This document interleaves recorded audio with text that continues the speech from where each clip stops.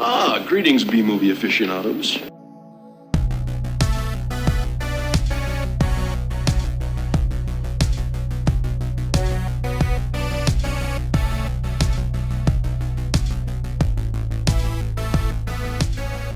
Hello, welcome to A Couple of Flicks. I am Tristan. I'm Nick. And I'm Zach. And here we are on this very sweaty day, to discuss three very eccentric 80s pictures. So, No, yeah, that was the theme, wasn't it? Yeah. yes. Yeah. Yeah. So, and these three films in particular are unmistakably 80s. So it'll be very interesting to, untangle what we have here. But before we do that, let's talk about what we've watched recently, which I think all three of us have watched one particular thing at least. Yeah. Yep. Well, so I did watch Predator 1 before and then Okay.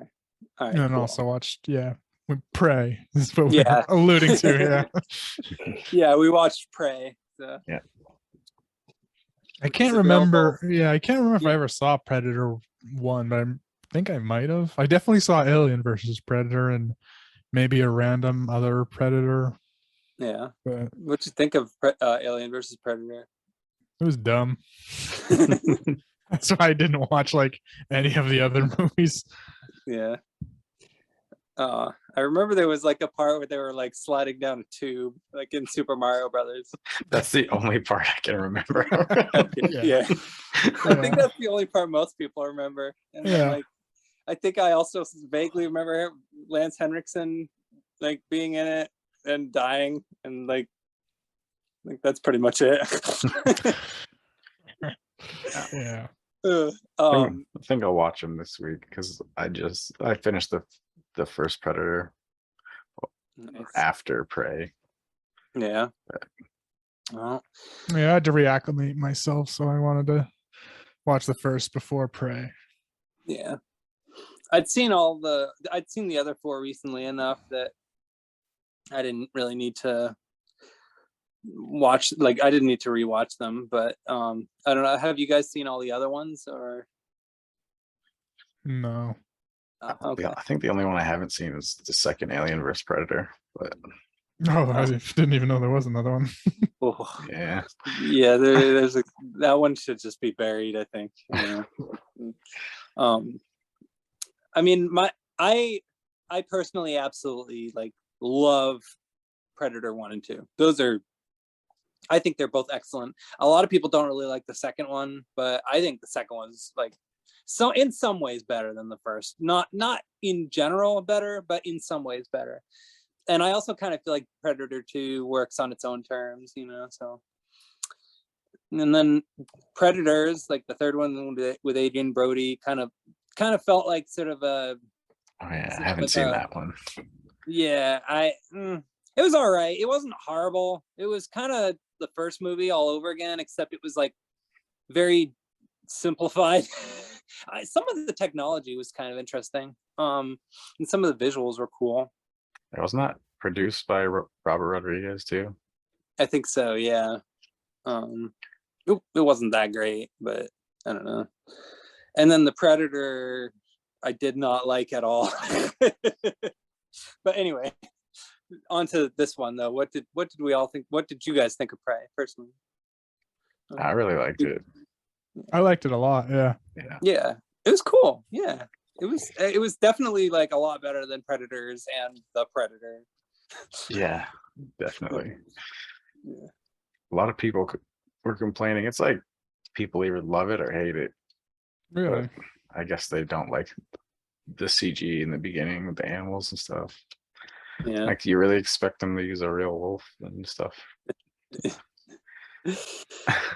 Yeah, I mean, I'm more of like a middle ground kind of guy. Like, I don't really like CG, but I kind of feel like, I don't know, people should try to make better use of like animatronics more and like try to, I don't know, just do practical effects. Like, they don't necessarily need to use like real wolves, but they don't have to use like cartoon ones either or CGI ones. Like, I don't know, it's possible to do it well with CGI, but it's hard though, So Yeah, I mean, I didn't mind it. It's a movie about Yeah. an alien. Like, yeah, I didn't even can't get notice mad it. at some CG animals. Yeah. Yeah. Went to streaming and stuff too, so I doubt the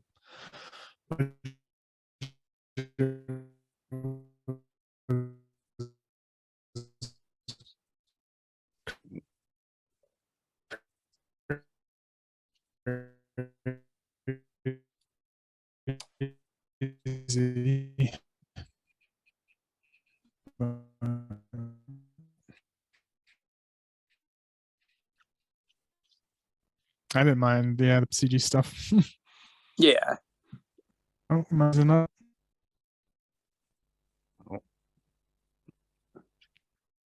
Hello. Oh, Hey. there it goes. Okay, we got through it. All right. Okay. See if it happens again. Yeah. So what did you just say? I said, yeah, no, I didn't mind the CG animals. I think was the last thing I said. Yeah. Yeah. I mean, I don't know. I didn't even notice them. So, but I don't know. Is it just the CGI they didn't like, or what? Like, That's the biggest complaint I've seen, at least on Letterboxd. okay. I mean, I didn't like the CGI gore, but I don't know. It didn't bother me that much, though. Yeah, I didn't really I mean, notice that either. Yeah. Yeah. No, I thought it was pretty cool. I liked how they sort of. I like the idea of placing the Predator in different time periods, you know, like throwing it into the like contemporary settings again and again and again. Like that's boring. Like try to set it in like different sort of throw the Predator in the Stone Age, like see what happens. I just Yeah. Anyway, yeah, like okay, should we wait for a second? You can keep going, but I'll be right. Oh. Yeah, I'll try and Okay. I think this one usually works better. I'll be right back. Yeah, sure. Yeah, I guess the oh, other yeah. the other complaint is that it's woke. What's that mean? I don't know. All right. I'm on a bed Like- here. I'm on a better one. Okay. What'd I miss? I was saying that the other complaint is that it's too woke Really? because it's a female lead and it's Oh, like, Jesus. and yeah, and it's indigenous people. I mean, have they seen the Alien movies? Yeah, I don't know. I don't just agree with that. scroll past those comments. Have they seen Alien versus Predator? Like, I don't know. It's just weird. Yeah. I mean, when I was watching the first Predator, I noticed it was extremely unwoke. Like there was just all the characters were stereotypes. Oh yeah, But definitely. Yeah. I mean, yeah, black stereotypes. There was a Native American in it, very stereotyped. Even the white guys were all macho American stereotypes. Yeah, I mean, the first movie is pretty much the opposite of woke, you know. Yeah. Actually, really, the first two Predator movies are pretty politically incorrect in a lot of ways. Like, you get a lot of the same kind of racial stereotypes in the second movie too, and but to me, like, I mean, in my opinion, it's just kind of the vibe and the atmosphere of those movies. Like, to me, like, those movies are kind of about like humans and predators and aliens and stuff just all being like one and the same and having to fend off against each other. So like, to me, like, humanity isn't even really depicted very positively in this movie. If anything, Prey is probably the most optimistic Predator movie I've seen. Like, you know. Yeah, that's silly. Can no movie have a female lead then without it being called woke? Yeah, according to old white men.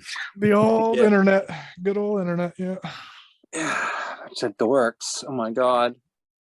I appreciate it being part native myself, that it had that background, and apparently all of the actors were actually native instead of being white casted or Latino casted as one of the general go-tos for native actors.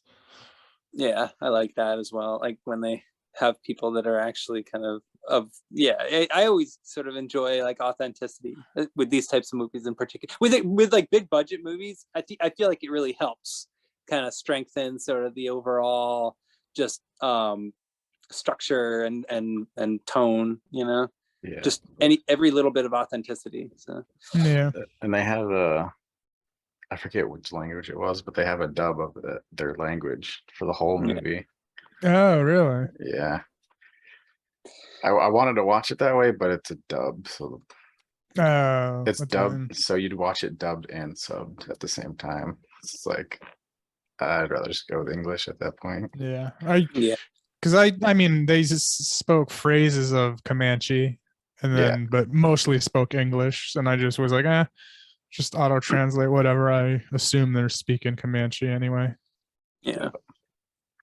I've seen some really good dubs though. I mean, I honestly I've seen some dubs that are like pretty close to matching the lips. You know, I think it's really an art form, because in order to really match the lips, sometimes you have to sort of change your accent a bit and change the way you inflect.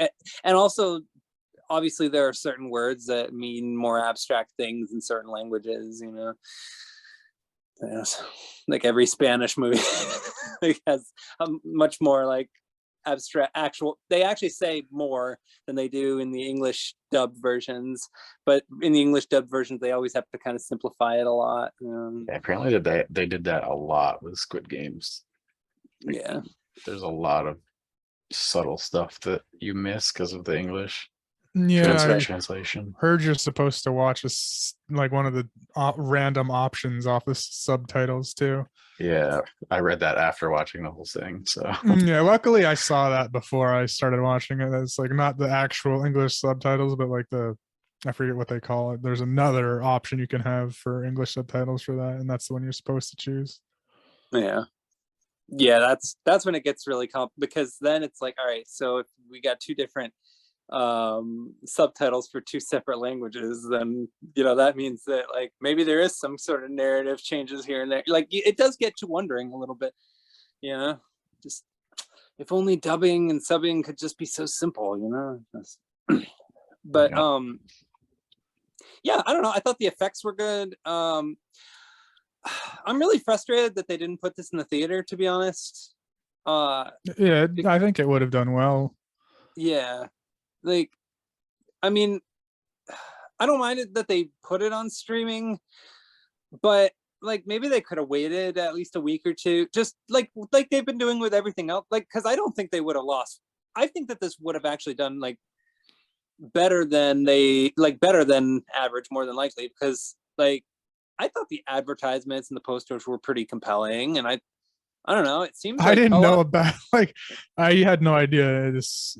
I think I heard the name, but I didn't know it was in the Predator franchise until I watched a movie I saw this week was Top Gun Maverick.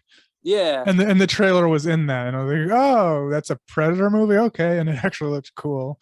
I like the setting of it being 300 years in the past, and it's just, yeah, that was my favorite part of the whole thing was the setting. Yeah, me too. But, yeah, as far as advertising, I had no idea it really even existed. So yeah, I didn't hear about it. That could have heard it. I didn't hear about it till like a week ago or so, a couple weeks maybe. But yeah, I feel like this doesn't deserve to just be another word of mouth type of movie. I feel like this could have actually I don't know, they've been putting a bunch of stuff in the theaters lately. This could have done well. You know? Yeah, it's probably because maybe it was a carried over Fox movie and the whole Disney thing. They're probably like, yeah, just throw it on streaming, whatever. Yeah, that's so frustrating. It's too bad. Especially for like a franchise that has been just down recently. They actually have a good one out. Could have done well for the franchise if it went to the theaters. Agreed. It just seems like a kick to the gut. What? Because they would watch them do a sequel to this one and it sucks, and they put it in the theater. Mm-hmm. And bombs. That's probably what's going to happen. I mean, that's kind of what happened with the last one. Because the Predator was an absolute train wreck of a movie, and it shouldn't have been, especially because it was directed by Shane Black of all people. But somehow it ended up just being one giant fuck up, basically. Excuse my French. Yeah, I hope they don't make a direct sequel of it. They do something else original like this one was. I don't know. It could be like, I don't know. Maybe if they just left it alone, that would be okay. I think they might go for a sequel. They kind of left it. So the pistol that she gets at the end apparently is in the second one. Okay. Yeah, that's So what I maybe- read. So Yeah. maybe Well- they'll do something to see how it gets from her to someone else, maybe, or something. Well, I mean, I think, yeah, I guess, as long as they don't go the TV series route, so. I think they're doing 'Cause that an would just Alien complicate. TV series, though. Oh, yeah. Huh. I don't know. I question these decisions that are being made. Like, I'm questioning them a lot now. Yeah. I mean, you want to talk about crazy movie news? Like, the whole thing with the Batgirl, was it? Yeah, that's wild that they're just trashing. Like those must have. They're just willing to drain millions of dollars. I'm assuming because those movies, like a couple movies at least, were finished or something like that in the DC universe. Yeah, Yeah. like all this hard work that went into it by all these actors and stuff, and now it's just going to be a tax write-off. Why not just Yeah. put it on a streaming or something at least? Like, why? I don't know what the logic between by just dumpstering them. Yeah, Guess they don't has want that to ever spend any more money in post or something. happened before? I don't know. Not that I've heard of. I can't imagine. Yeah, it happens. I can't imagine it happens often. At least, Or at least- nothing that I remember. Yeah. I mean, if it was going to happen, I thought it would happen with the Flash. Yeah, Yeah. that guy is insane. Yeah. Ezra, I mean- holy hell. Yeah, I don't know what's going on over at the WB headquarters, but it's really confounding. Yeah. Well, apparently they merged with Discovery Channel. So they're kind of taking over and fucking everything up. I'm really curious as to what's going to happen next. Like, They also pulled a bunch of stuff from HBO Max too, apparently. oh God. Nothing good, like the Witches remake Oh, and An American Pickle, that Seth Rogen movie. right. They pulled that. They Those are pulled the- all the Harry Potters. Did they? I think that's the biggest hit. That Okay. I mean, I kind of had a feeling that was coming eventually. Like, because everybody kept on saying, oh, HBO Max, and like, I don't know. For me, I don't mind HBO Max, but just at my friends' houses and stuff like that, I've noticed there are just little issues here and there, and like sometimes it's like it just freezes for no reason. Like, I don't know. I've just been noticing that like people have had more technical issues with HBO Max than most streaming services, which is why I have never been sold on HBO Max. I guess like Yeah. it just felt almost too good to be true, and now this has happened. So it's like, wow. I mean, a lot of streaming services aren't that great, really, when it comes down Yeah. to like UI or crap like that. Like Netflix might be the best, even though now their content's going down the drain. Yeah, Netflix definitely is. The problem with Netflix is that it's too inconsistent in quality to even really rely upon, like especially when you're in the mood to watch like a very specific movie that is on Netflix, and then you go to Netflix and suddenly it's just not there for no reason at all. It's just Taken like away. Yeah. that happens way too much with Netflix, just on average, with both me and everyone I know. So Yeah. yeah, I don't know. It's maybe the only good streaming service is, what is that one that the library offers? Canopy. Yeah, where you just get you only get 5 free movies a month, but there's two pluses to it. One, if you only have 5 choices, then that means that you have to be more selective. And 2, the quality of stuff that they have there is outstanding. Like, because they have like really top quality films. They don't really have very much television other than like a lot of reality TV and like History Channel documentaries and stuff like that. But you know, they do have a lot of like really good stuff though, ultimately. So I don't know if you're in the mood for like quality content, but you don't want to like spend a lot of time on it, just go to the library. Huh. I mean, 5 free movies is actually pretty incredible, I have to say. Yeah. Yeah. There was something that I was gonna watch on there. I was trying to get a library card just to watch, but I forget what it was. Yeah. There is a lot of stuff on there that is I don't think is available like anywhere else, because like I'm just noticing, like just scrolling through it, because I did get it, that there's just a lot of stuff that I've like heard about for years that I didn't even think like existed anywhere, you know, just like really long documentaries and stuff. Like just, yeah, anyway, but yeah, I don't know. So yeah, Netflix and that, those are like kind of the only 2 things I use. But I did, my dad does have Hulu, so that's how I watched Prey. So I watched it with him actually. So yeah. Yeah, it was good. I liked it. Cool action. Yeah. Well acted. Good shit. Yeah. Yeah. The dog was awesome. Yeah, I was like, oh, don't kill this dog. Better not. Yeah. Yeah, I started sweating there. Ooh. Yeah. Well, yeah, I don't know. Is there anything else you guys want to talk about? Or... No, pretty much it. Cool. All right, sweet. So let's talk about these 80s movies now, you know.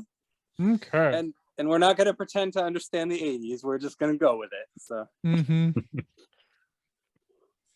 especially with this first one, because this one was hard to understand. So confusing. Yeah. It was my pick. I chose Gymkata. Yeah, Robert Klaus.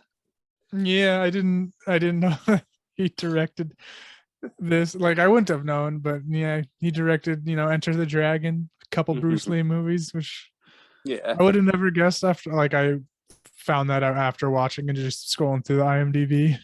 Like, that's why I had high hopes for this one, because it's like, oh, same director as Enter the Dragon. That's one of the best movies ever, you know. Yeah. I wonder what happened, but yeah, I'm not sure exactly what happened here. Apparently, it involved Kurt Thomas. Yeah, it was an actual Olympic gold medal. I don't know, winning gymnast. Yes. He's the main character, right? I don't know his name. Forget it by now. I was just referring to him as Gymkata. Yeah, just call him Gymkata. That's all he does. Should have just been called that. Yeah. I know. And Gymkata.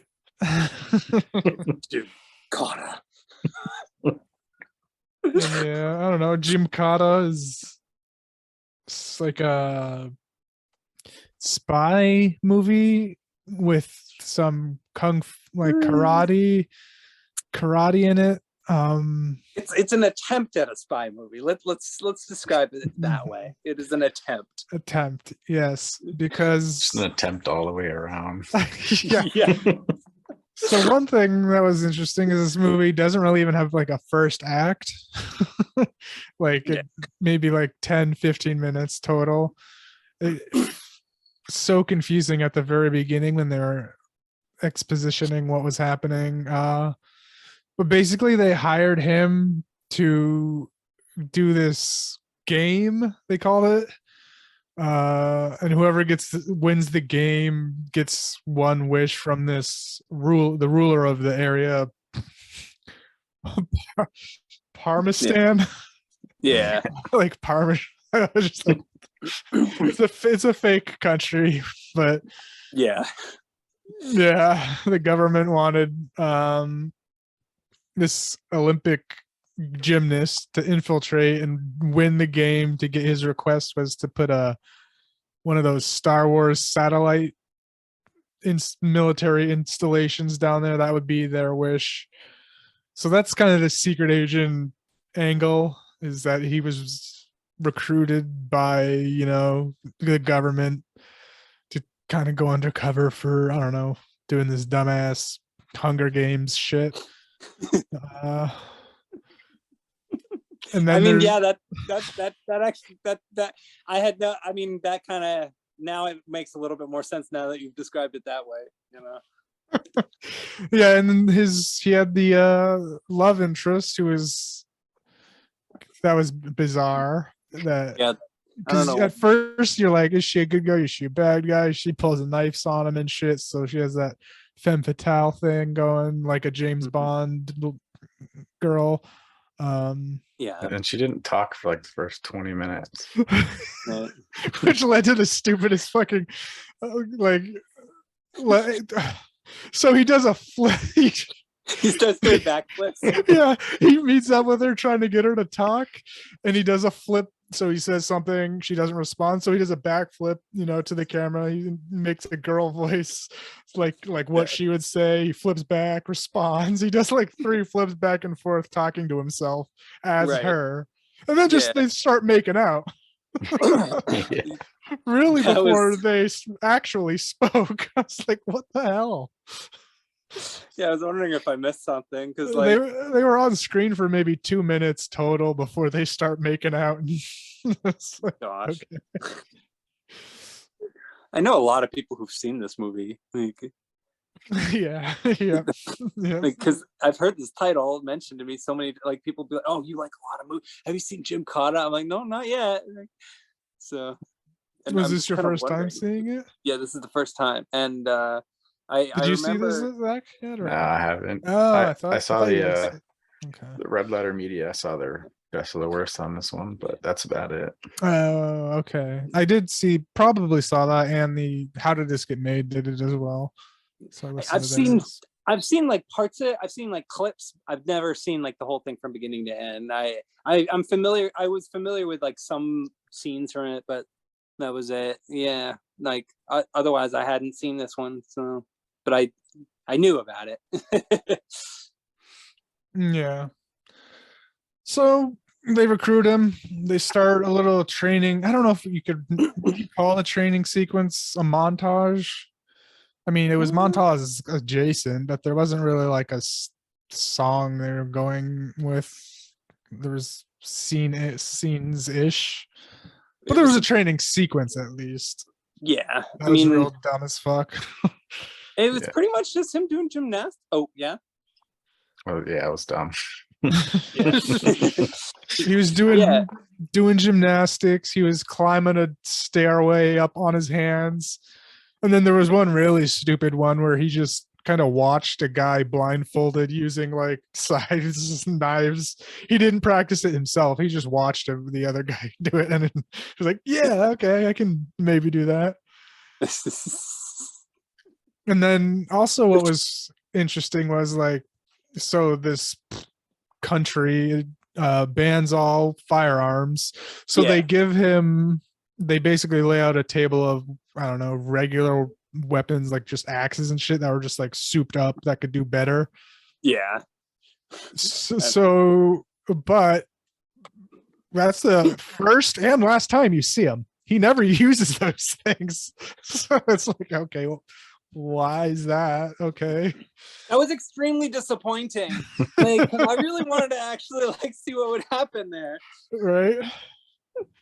That was pointless, which a lot of this movie had that. Yeah. And so we also learned during this 15 minutes that his dad took part in that. Nobody's beaten it in 900 years. And that his dad also at one point took part in it and died, apparently. Yeah. Which was actually the opening scene, I realized. I thought that was, Yeah. at first I thought it was a flash forward the way it was framed, because they kind of looked alike.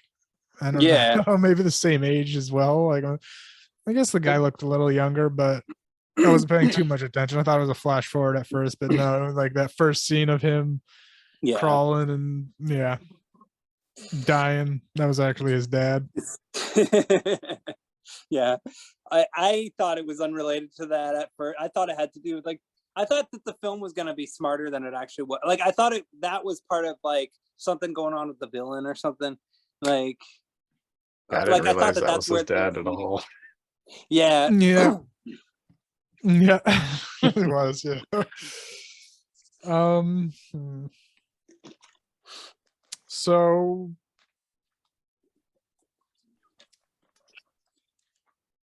So oh yeah, god. Kurt Thomas pretty much just he does a lot of swinging from bars. He does a lot of jumping moves. You know, he's a very agile guy. You know, I give this movie credit for showing off his physique. I must admit, His gymnastic skills. yeah, Which is because funny. even though like it felt a lot of it felt very very contrived. I still did enjoy watching the ones that were filmed well. Some of it was filmed terribly. Yeah, but sometimes he would like do his gymnastic flips just in front of people and they would fall over. like you're supposed to imagine they got hit with his kicks, but like no, he Yeah. just kind of did a flip in front of them and they fall over. Yeah, there was one where he tried to take out two at once. That was just like lands just like directly in the middle of him, doesn't touch him. I know exactly the one you're thinking of, and like I remember Yeah. even just looking at those two actors, and they were like, "Are we gonna?" I feel like they look back like at the cameras, like, "Are we gonna redo that?" Because that kind of sucked. But no, they didn't. They kept that in. There was I think the thing that frustrated me about this movie the most was that was just it felt whoever filmed it didn't seem to quite know how to film the gymnastic move, which I don't know. Yeah, it didn't seem like they knew how to film the gymnastic moves, and I don't know if this was the same like photographer for like Enter the Dragon or not.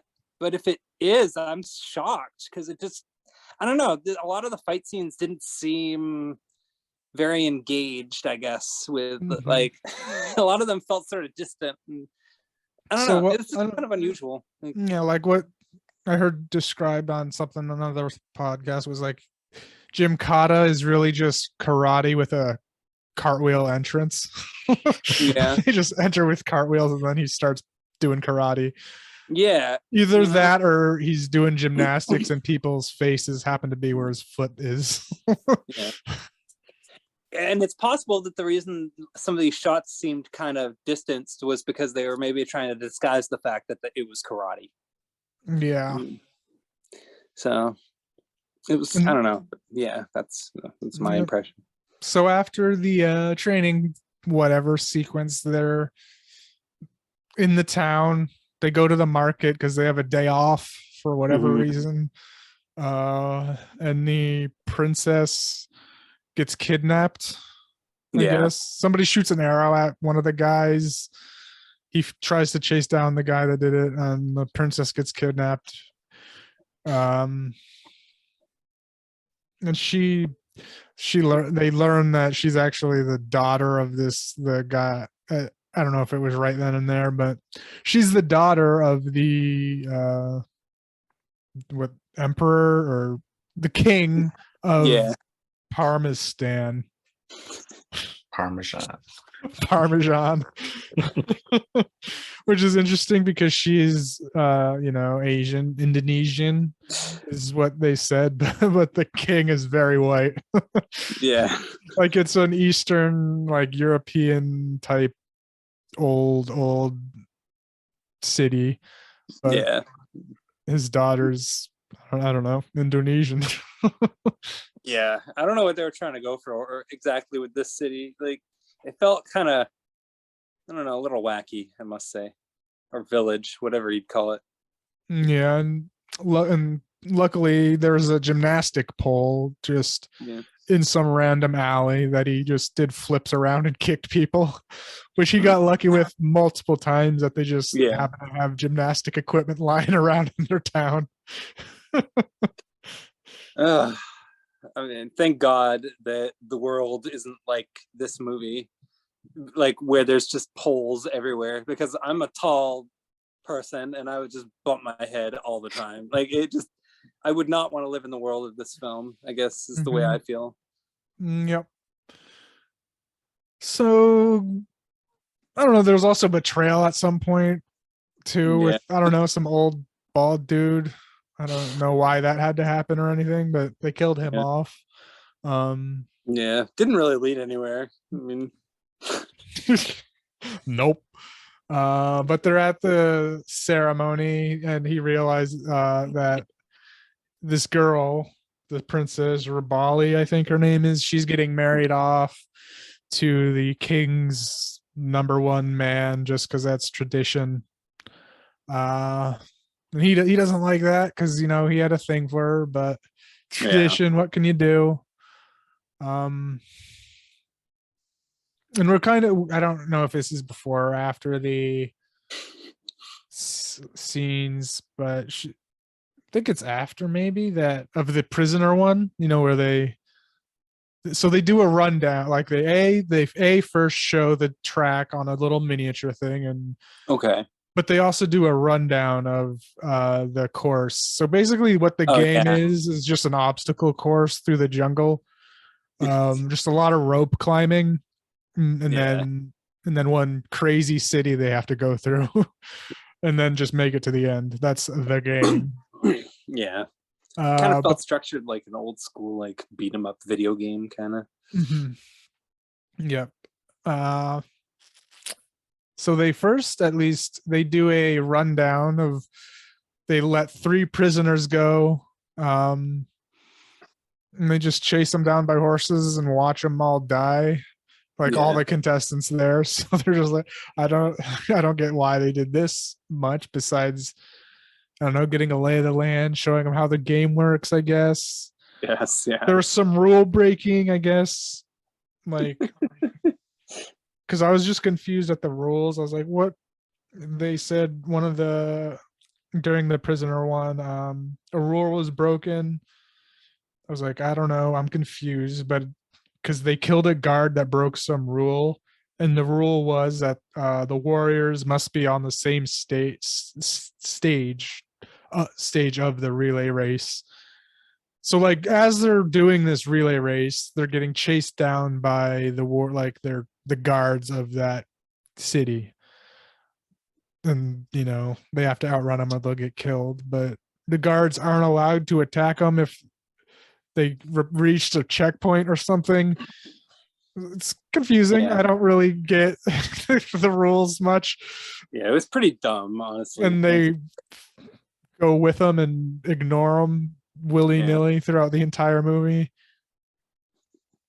But we find out that the lady or the guy that the princess is going to get married to is actually the leader of a rebel group type thing called the 20s, because they want to bring the nation into the 20th century, and that he wants to overthrow his dad, but her dad doesn't want to believe it because he trusts him so much. So it's, what was Zamir was his name? Scheme. Yeah. Richard Norton. Yeah. I was gonna say, I think he's wasted in this movie. Yeah, that's pretty much what I was gonna say. Like, I was just gonna say he didn't have anything to even do. Like, yeah, because he's like a really good martial artist. He's in Jackie Chan and Cynthia Rothrock movies all the time. Yeah, really? Huh. Yeah, he's a familiar. Like, I definitely recognized him.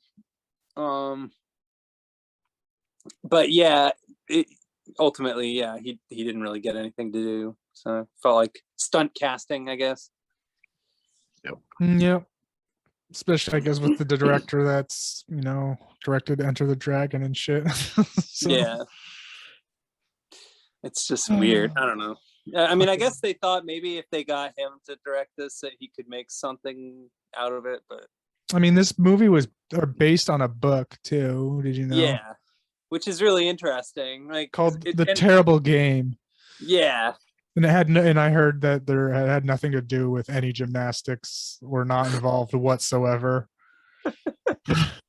And then the games, they were different. It wasn't like just some relay race type thing. There were different games. And the prize was something stupid as hell too. I forget. It wasn't just a request from anything. just took whatever the most popular Olympian was that year and threw him in a movie. This was actually filmed during the Olympics that we boycotted, the Russian Olympics that we boycotted, so he was available. Yeah.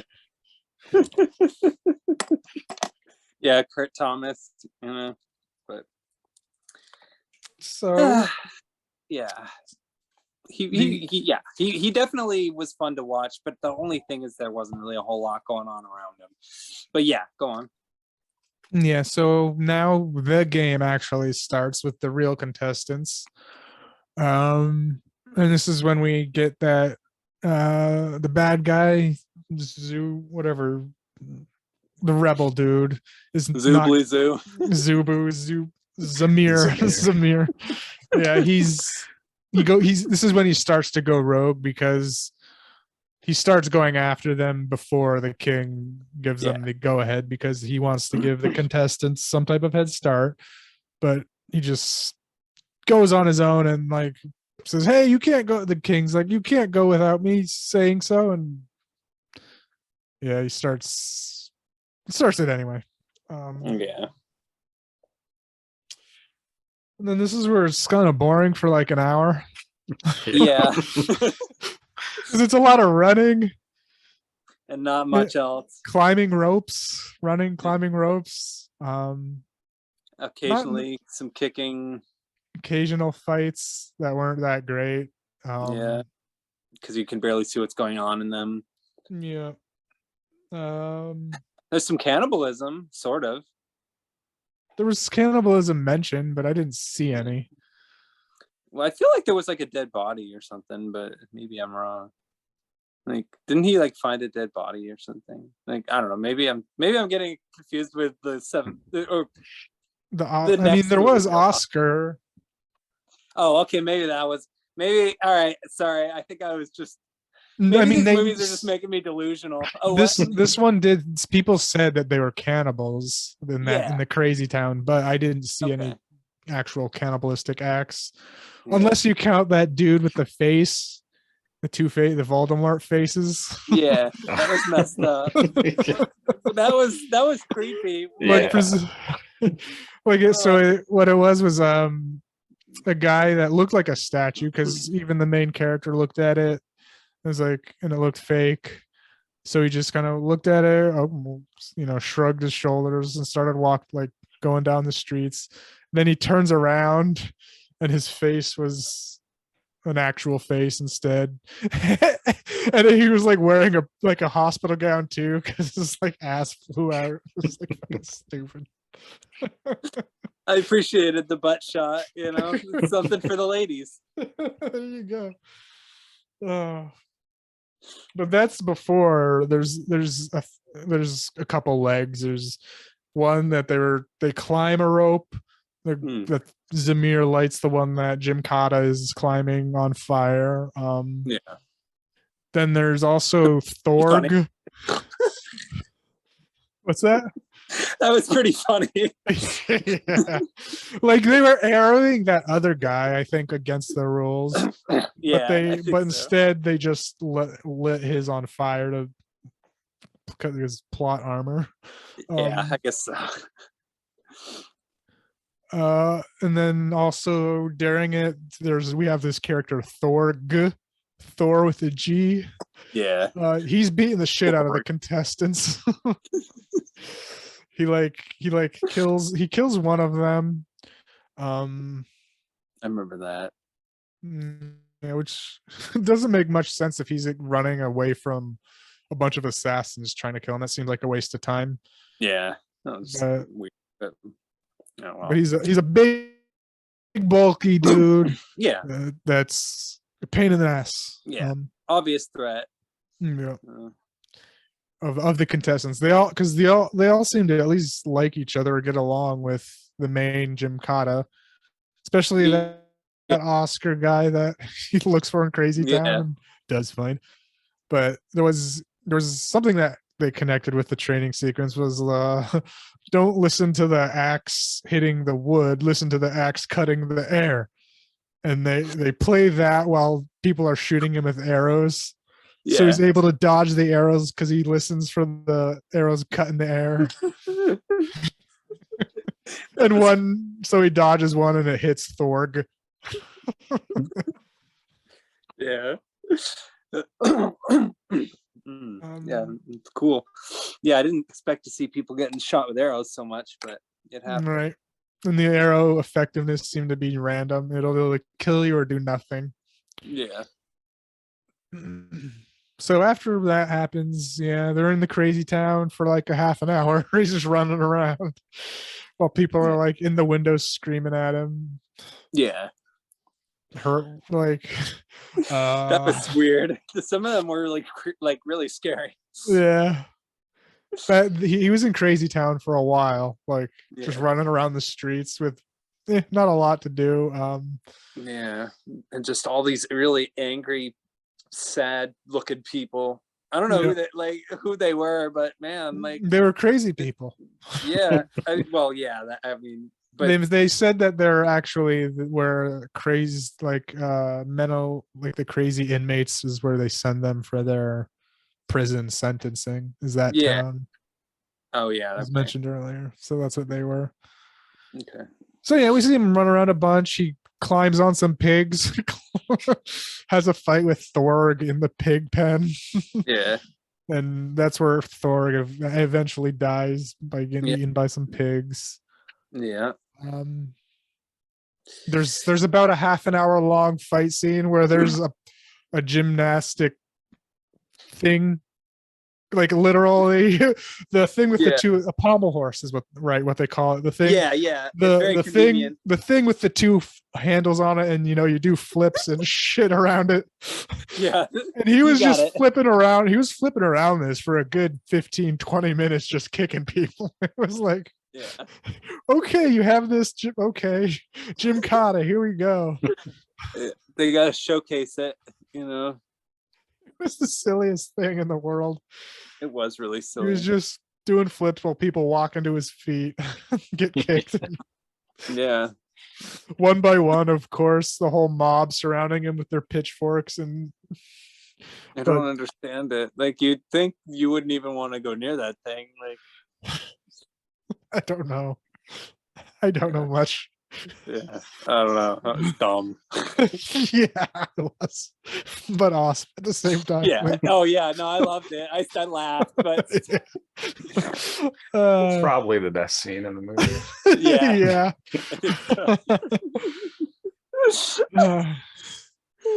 So eventually that ends after, I don't know, 20 minutes.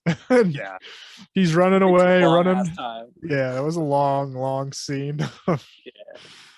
Yeah, he's eventually running away, gets kind of cornered in this small alleyway. And he shimmies up it. And I don't know, looks like he's in trouble, but one of the ninja dudes, one of the rebels, gives him a hand, pulls him out onto the rooftops. Yes. And we get the out of nowhere reveal that his father is alive and was one of the ninjas. Yeah, I don't know. Why? Yeah, I don't know. It's pointless. Yeah, I thought it was the guy from the beginning that recruited him. I had no idea. I just thought it was just some undercover dude that we haven't seen yet.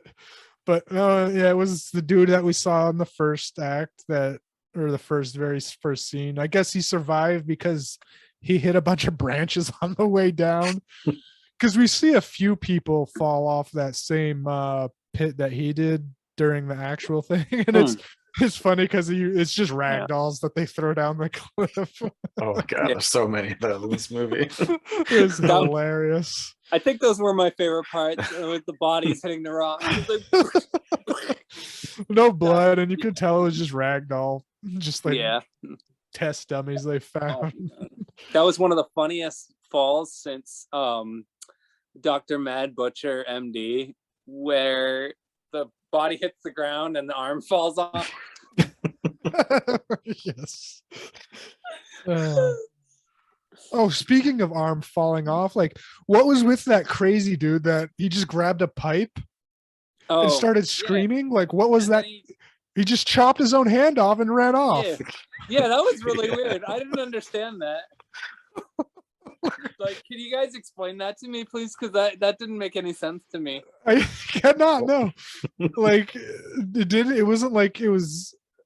It was just he grabbed. He was like went nuts when he grabbed the hand to the pipe. Like, what the fuck? I mean, yeah, I don't know. It was really confusing. I don't know. I missed the explanation for that one. There wasn't one. Yeah, I think you're thought right. there might be. I thought like, oh, is this like a heat pipe? But that seemed like a very out of date. Like, I don't know why they would have heating in this crazy town. Slash, maybe he was frozen, like, you know, Christmas Story. Because like I did notice, like when they were talking, you could see the breath a lot. Okay. All right, you have a point. That still doesn't really make any sense at all because he didn't lick his hand and then put it. No. Sweaty hands. Still, that doesn't warrant you chopping your hand off. Yeah, that was really weird. And and that's in the crazy town where we see Oscar, his buddy. He was like pinned up against a wall, all like stabbed with a pitchfork and shit. Yeah, there was a lot of random shit in this movie. It was all random shit. Yeah, it was complete randomness. Yeah, this movie was nuts. I was like, geez, Gymkata, more like Jim Crazy. So yeah, back to meeting his dad. He gets immediately killed. Yeah. Like, so why? So we bring up the point, why? It's literally 10 seconds of him helping him like get out of the town ish, where I don't think he could have, like, he wasn't that far off from climbing up himself. Yeah. So his dad just appears, says, "Hey, I knew you were coming," and then gets arrowed down 30 seconds later. I hated that because it was there was like no reason. Oh, such a waste of time. Yeah. He was literally in the movie to die. Like, there was no other reason for him to even be in this film. Like, yeah, you'd think he'd like help him take out Zamir or whatever, but no, just gets murdered. And then it's pretty much where we end the movie because it ends abruptly. Yeah. There was a very anticlimactic fight with Gymkata and Zamir. Mm-hmm. You know, he uses his gymnast skills and then snaps his neck with his legs. I kind of blinked during it and missed the fight, I think. But I noticed that he snapped his legs snapped his neck with his legs. Yeah. So the final fight kind of sucked. Yeah, I mean, most of the fights sucked, but there was some cool gymnastic-y stuff, but whatever. Yeah. And they ride into town where, I don't know, there's a fight breaking out, but Zamir's dead. And then it just cuts to the end. Straight up ends with them riding into town while chaos is going down. I don't know. Saying that it ends with, again, this is actually something that happened in another movie we'll be talking about later. It ends with an end sequence saying basically Gymkata won. They installed the Star Wars base there. The end. Yeah. Which there is a certain degree of reality to that. I think that actually was a real thing, the Star Wars base, like, in real life. But obviously, in somewhere, because Parmesan isn't a real city. The city this took place in was a fictional city, but I think that did happen. Yeah. But yeah, ultimately, like, pretty typical 80s Russian scare type of thing, you know? So. So, I don't know. I mean, did you like it? No, not really. Okay. Gave me some good laughs, but like it was just confusing overall. Like, what the fuck were they doing? Yeah. Like, it didn't necessarily follow any type of plot structure, act structure. Like I said, the first act was, I don't know, 10, 15 minutes of complete nonsense of confusion, just of Yeah. confusion. Yeah, it was like the beginning 15 minutes, the middle an hour, the end another 15 minutes. Yeah. Yep. Okay. I'd give it. I mean, it's fuck. I don't know. Two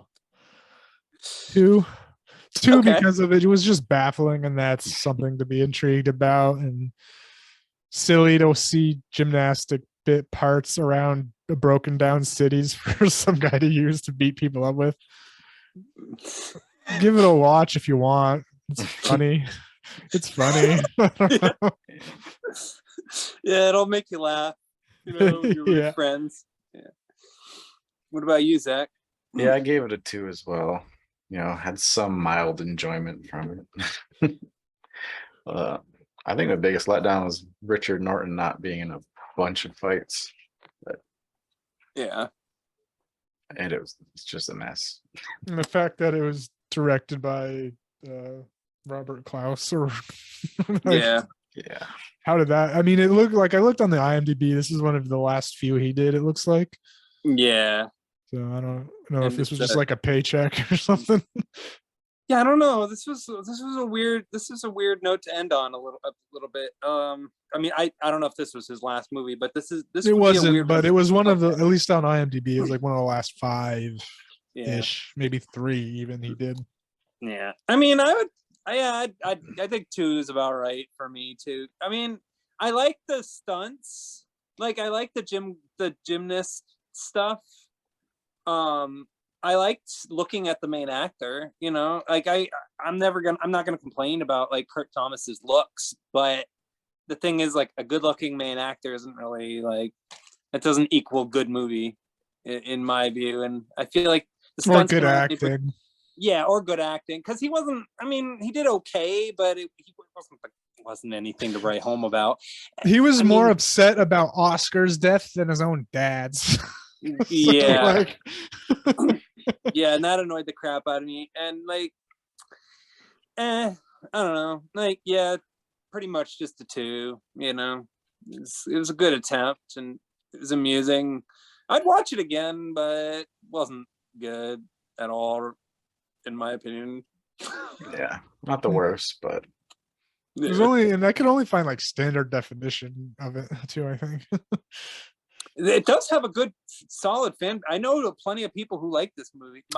So what I heard too was Amazon had a contest of what movies would you want, do you want to see brought back out of the archives of some sort? Okay. And this was the one that won. So if it wasn't for like some Amazon popularity contest, we wouldn't have been able to watch it. Yeah, well, I mean, I'm glad people like it. I'm honestly, the thing that I'm most surprised by was just kind of how poorly made it was. Like, production wise, like, it was kind of poorly shot. And I wrote this note down. I don't know if you guys noticed this. Like, I had audio issues. Some scenes of the dialogue were insanely quiet, like to the point where like I could barely hear them. And yeah. I thought, oh yeah, Yeah, that happened to me too. okay, Like I had so my it's not volume just me. almost all the way up at certain points. Yeah, all right, good. That's a relief, because I was like concerned, because I wasn't sure if my speakers were messed up or not, because I started trying to adjust them and stuff, but it didn't seem to make any difference. So like I was kind of concerned. Like, the dialogue just seemed really quiet in like more than a few scenes, and it was just weird. I don't know. I think maybe it wasn't well recorded or something. But yeah. Where did you watch yours? Oh, I just watched it on Amazon. Like, Okay, yeah, I got mine on Apple TV. I watched mine on Google Play, actually. Oh, wow. And I didn't really necessarily notice that, but I also had subtitles on, so I was. Yeah, I had subtitles on too, so I guess I was like, it didn't really bother me that much. Like, yeah. That's interesting. We all watch it on different platforms. Yeah, that's cool, you know. But I don't know, Gymkata, I guess it was all right. So, all right. I guess the next film we'll talk about was your choice, Zach. Yeah. So I chose The Seventh Curse, Yeah. Hong Kong. Yeah, Hong Kong movie. And do you want to say the director's name, or do you I'll want me to try. try it? Okay. Lam Nai Kai. I think that's about right. I believe that's how I've heard it pronounced. That's because I wrote down the pronunciation here, and it's what you said. So Yeah, he directed The Story of Ricky, so I was curious about this one. Lai Wang, yeah. I was looking through filmography, and I noticed a movie called The Cat, which I don't know. I had to write. I saved that one. I put that one on my watch list because it's about a cat from outer space who teams up with a girl and an old man to fight a body possessing alien. I want to watch that, so I wrote the name of that down. The Cat. Okay, I want to watch that one now too. Yeah. Yeah, he's got an interesting filmography. Also have erotic ghost story.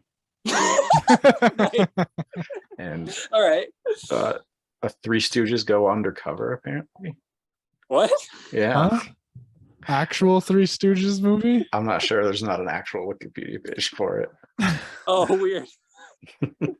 Huh. All right. All right. Well, Seventh Curse. Yeah. So I watched an extended cut. It was only like 2 minutes from the regular version. So I don't know what was different. All right. But it starts out with like a rich guy telling stories, basically. That's not how this one started out for me. Yeah. No? Okay. No, the So one go ahead. it must have been that then, because it started out at the that hostage situation. Okay. Yeah. Yeah. So this version I watched, it bookends with like an author of a book telling the story of Dr. Yen. Okay, then yeah, that was not in the version I watched at all. So the only difference between the extended version and this version is that in the extended version, this is a fairy tale. Yeah, it was weird. It's like some rich guy surrounded by women and started telling the story of Dr. Yen. And so him and Chow Yun Fat were in the room. And they just come in and like, yeah, this is what happened. And they clink their glasses and it starts. Oh, well, that happens at the end. That happened, yeah, I remember that at the end. Yeah. Yeah, so it happens in the beginning too. Oh, weird. It's like slightly different than the ending one. It was weird. All right. Okay. Yeah. Huh. I was wondering what that ending was. Yeah. Anyway, so I guess the real start of the movie is the hostage situation. Yeah. This doesn't have a good synopsis on Wikipedia, so so I guess one of the hostages has like a heart attack or something. Right. So they try to send in Dr. Yen, and then another female agent was supposed to go in as a nurse, but while she's changing, Maggie Chung, the reporter, comes up, knocks her out with a brick. This girl pissed me off so much throughout the whole movie. Yeah. She was something else. I was surprised she didn't die. Yeah. She got lucky a lot. She lucked out. Yeah.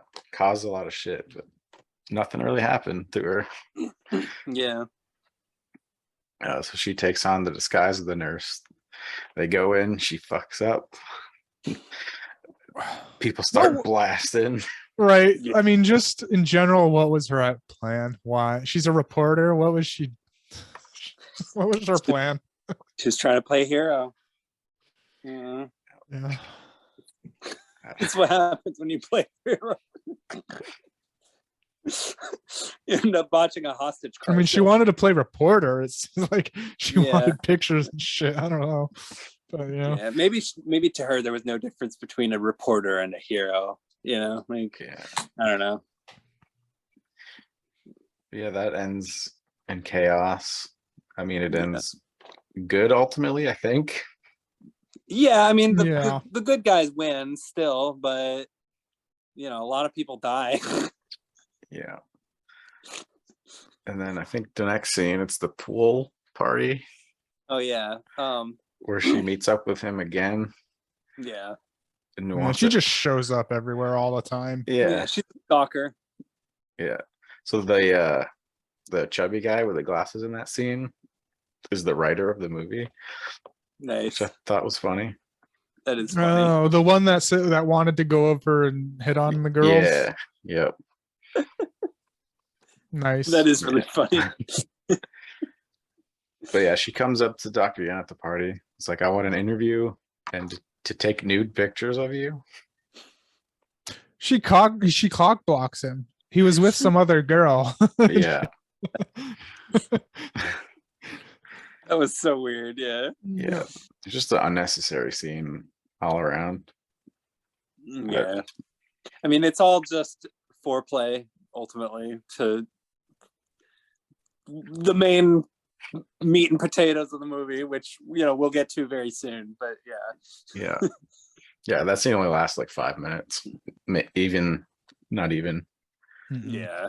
It was pretty unimportant. It's superfluous. Yeah. So yeah, after he gets cock blocked, he goes back home. Oh, I want to, but yeah, before he gets back home, he like kind of races the reporter home. Oh yeah. And then he has this weird ass device that does it exist? Is this a Chinese version of a jack? So what it was is like he inserts it into his exhaust pipe, puts like a bag underneath her car, revs his engine, and it inflates the bag, lifting her car off the ground. Yeah. What the hell was that? Is that how they jack their cars up in China? I don't know. And then like after he takes off, it's doesn't deflate. It doesn't or anything. deflate. Yeah, I'm like, Yeah. what was that? What did I just watch? Okay, I don't know. all right, I'll go with it. Fine. Yeah. Forgot about that. So weird. Yeah. So yeah, he gets home. Some random ladies waiting for him. Yeah. But he gets into a bit of a tussle. Yeah, some guy busts in, fights him for a little bit, and then talks to him afterwards. Yeah. Yeah. Yeah, And basically. the lady's just not even paying attention, really, because Yeah. after they're done fighting, she comes out and says, "Hey, what's up? How's it going? Yeah. What happened here?" She's just in the back room, just rubbing her nipples and just doing whatever, waiting for him to finish fighting this guy. Yeah. So the guy, it's from Thailand, right? Yeah. Yeah. His name was Dragon. Dragon. That's right, Black Dragon.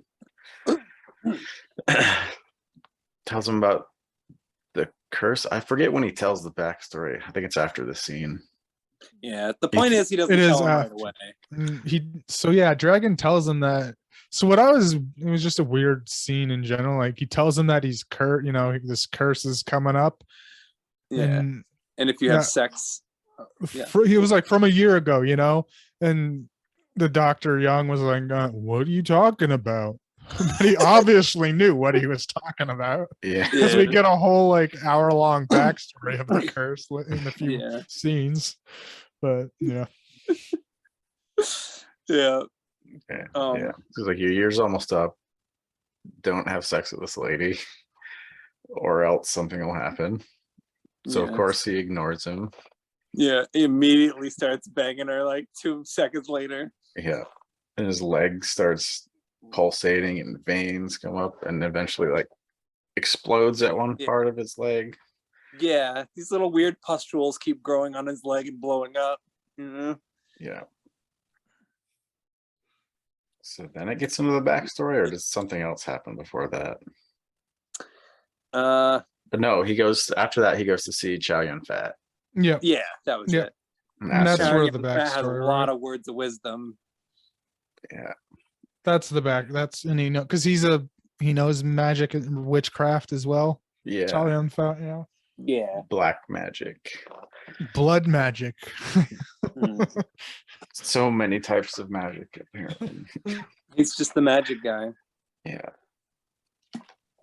He's supposed to be like a scholarly type of person who like knows a lot about Yeah. the dark arts. Yeah, and I guess that's where we get the Thailand backstory, right? I think so. Yeah.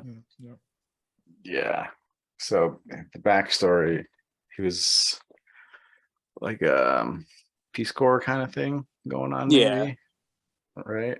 I That's don't what I know what the hell gathered. they were doing. I thought they were just some researchers of some sort. Research. Yeah. Like anthropology, perhaps.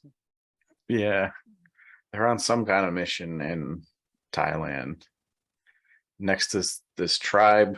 I forget what they're called. Yeah. Worm. The worm The tribe. worm The tribe. worm Yeah. tribe, yeah. Okay. So they're next to them. They're the leader of the group tells Dr. Yen not to go over there. Of course he does. Yeah. These people are really good at not listening. Yeah. W- He sees the no, he's out just like bird watching or something. Yeah. Sees the hell's her name? Sees some lady in Yeah. the Is it the lady that becomes his love interest, or No, because his love interest, spoiler alert, his love interest becomes the reporter. yeah. oh yeah, that's But it's right. the dragon's love interest is That this. okay, yeah. That's what I was thinking of. Yeah. Just trying to find her name here. Was it Betsy? Maybe. I just got a list of characters there. I forget. Yeah. Okay. All I know is she was the daughter of the previous head chieftain or something. Yeah. Sorcerer. Was Yeah, it? of that tribe. Yeah. So he sees her. She's nude, so he's like gawking. Yeah. Well, she's just, I mean, not fully nude, but see-through wet Yeah. clothing. Might as well be. Yeah, you There's see very her. little left to the imagination. Yeah, you see bush. Yeah. Yeah, the movie really wants to make good on its sort of drive-in aesthetic. It's a pretty one of the things I love about this movie is how every scene takes place at night. Yeah. Oh, Bachu. That was her name. Oh, okay. So yeah, they have some sort of conversation. Then she eventually runs off, so she has to go back. Mhm. Yeah. Or someone calls to her or something, but she runs off. He goes back, tells his leader what happened. He's like, "Don't go back." Of course, he doesn't listen again. Yeah. They hear like the drums from this tribe. Yep. Right. Drums signify the sacrificial rituals going on is occurring. Yeah. Yeah. So him and a couple other people go to check it out. He sees the girl is the one that's going to be sacrificed. So he One jumps. girl, one guy, yeah. Yeah. So he jumps in to save her. The other people run off because they're like, "Fuck this." Yeah.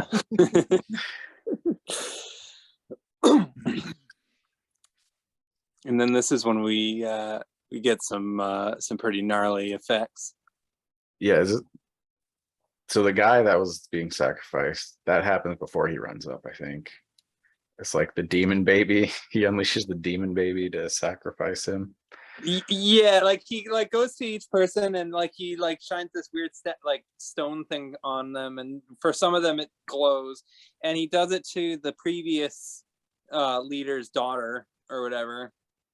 And so one of the people protests, and so Yeah, he because launches, she wasn't supposed to be up for it, but yeah, the guy is crazy and says, the god says so. yeah, Whatever. in his high-pitched squeaky voice. And Yeah. and he launches a demon baby, which was surprisingly adorable but also surprisingly deadly. Oh yeah.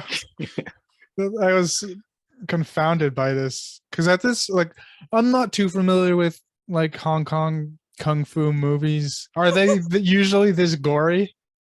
Some. Some are, yeah.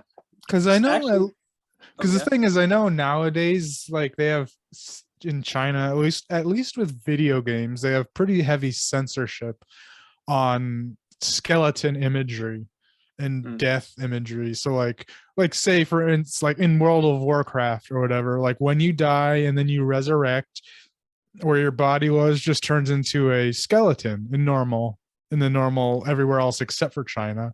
But in Yeah. China, it turns in just into a headstone. And basically, like they have skeleton bad guys that they remove or remodel, and like there's a lot of like just death stuff that they have to censor out of all of their video games. Like if there's, you can't have a picture of a skull in your Chinese video game. I don't Yeah. know if this is for movies and TV or when this was technically implemented. Maybe this was way before that. I mean, it's But there possible was that, straight up skeletons in this movie. So yeah. I mean, I think also in the 80s, Hong Kong was it separate from China? I think it was. I think it was English occupied at that point. You know, Okay. so I think Yeah, because so. It's anything not Hong Kong movie, they just call it like mainland. So I don't Okay. know. yeah, I All think right, so. yeah. But that would make sense then, I guess. And Yeah. this was like the era where category 3, which is their like R rating or whatever. Yeah, actually, When I it was would say big. category 3 is probably the NC-17. equivalent of NC-17. Yeah. Was this a category 3? I forget. I believe so. Oh, okay. I'm not sure. Yeah. It should Well, be if it's not. yeah, I mean, it was pretty damn gory, you know. Yeah, that's what threw me off. I was like, oh Yeah. fuck. Yeah. Especially that first baby scene where it Yeah. like goes into him and chest bursts out. I was like, whoa, shit, this is a kung fu Yeah. movie? What the fuck? And I it looked think- painful. Oh, yeah. Yeah. I'll say I think anything, there's a lot of Hong Kong like black magic movies, and apparently they're all pretty gory and gross. Yeah. There's one I've been wanting to watch for a while called The Seeding of a Ghost, which I know the Yep. title sounds out there, but yeah. I wanted to watch that one in Human Lanterns. Oh yeah, that one I'm curious about too. Yeah, there's a lot of these weird like films that I have not seen like hardly anything of. You know, and a lot of them are category 3 films. So Yeah, you got like these Blu-ray companies putting them all out now. None of the Yeah. stuff I've ever heard of. So yeah, it's definitely an exciting time, you know, because yeah, and a lot of them are getting like really like super good restorations too. Some of this shit's getting like 4K. yeah. It's like making me laugh. Oh my gosh. Ugh. Anyway, okay, so yeah, so the dude gets burrowed through, for lack of a better word. Yeah, and then I think he rescues her at this point, cuts her free. Yeah. Well, no, because she gets taken into another room, right? And like gets, because there's like no, I'm trying to There's think. a part where she like falls through the ground at one point. Yeah, he Yeah. doesn't escape with her, I don't think. No, because Because that skeleton rises. yeah, that's what I was Okay. thinking. All right, yeah. Like, I didn't know if that was in the same room or if she got taken into that room where that happened, because it seems different. Unless I'm Yeah. thinking of a different scene. It all happened around the same time, at least. That's all I know. Yeah.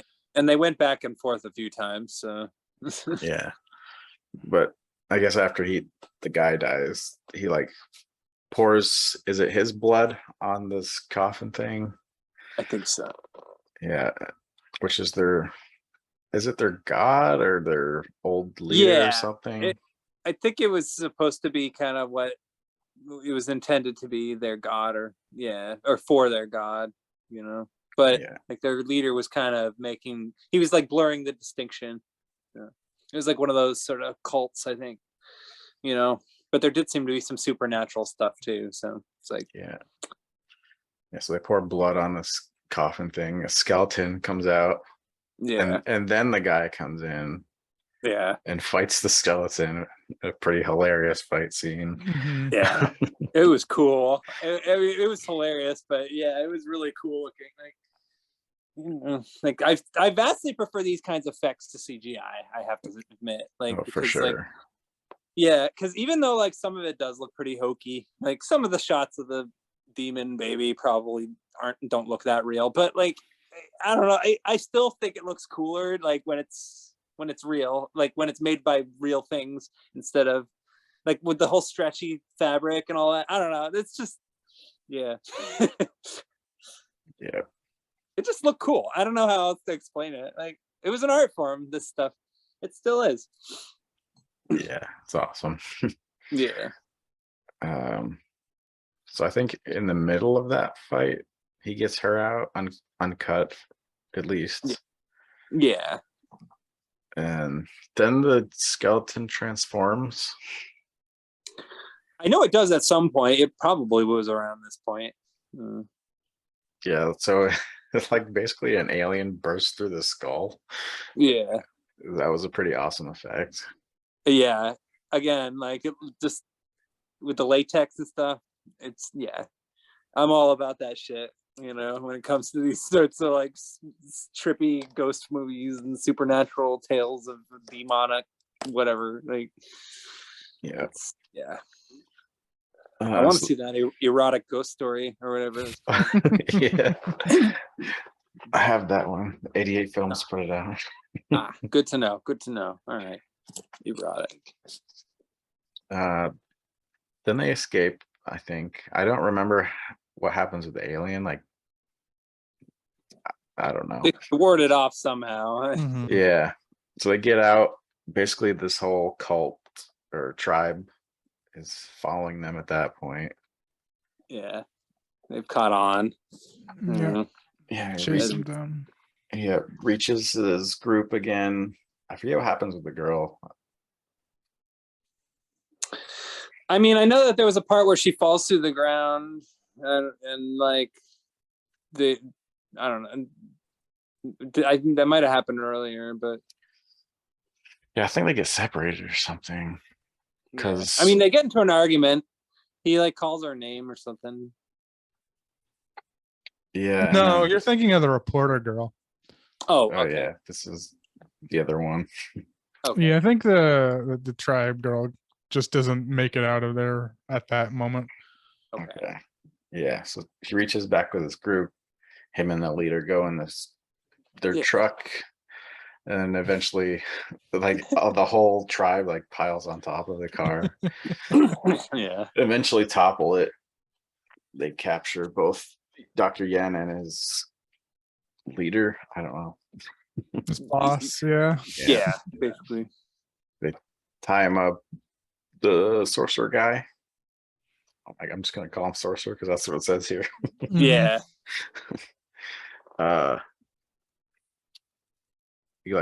So he kills the leader guy first, pours some goo on his head, and like just eats his skin away.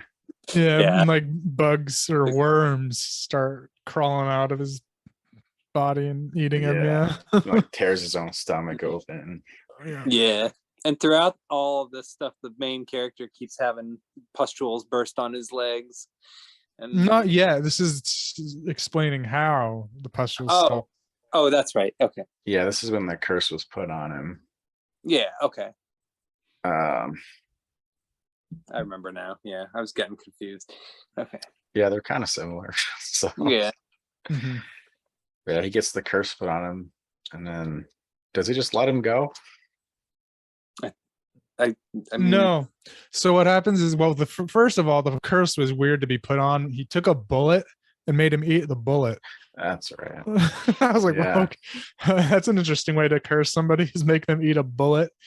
But he escapes because his boss he drops a magnifying glass of some sort type thing, and he uses it to burn a hole through the ropes that were holding him. But it was fucking nighttime. He immediately escapes after burning a hole through, but it's like nighttime. It's like, hey, that how'd you, even if that makes no sense whatsoever, that you're able to do that? 'Cause, There's no solar anywhere in sight. yeah. And yeah, then he starts getting like fucked up Yeah. with the popping of the The pustules. the leg pustules. I don't know what else to call them. I mean, like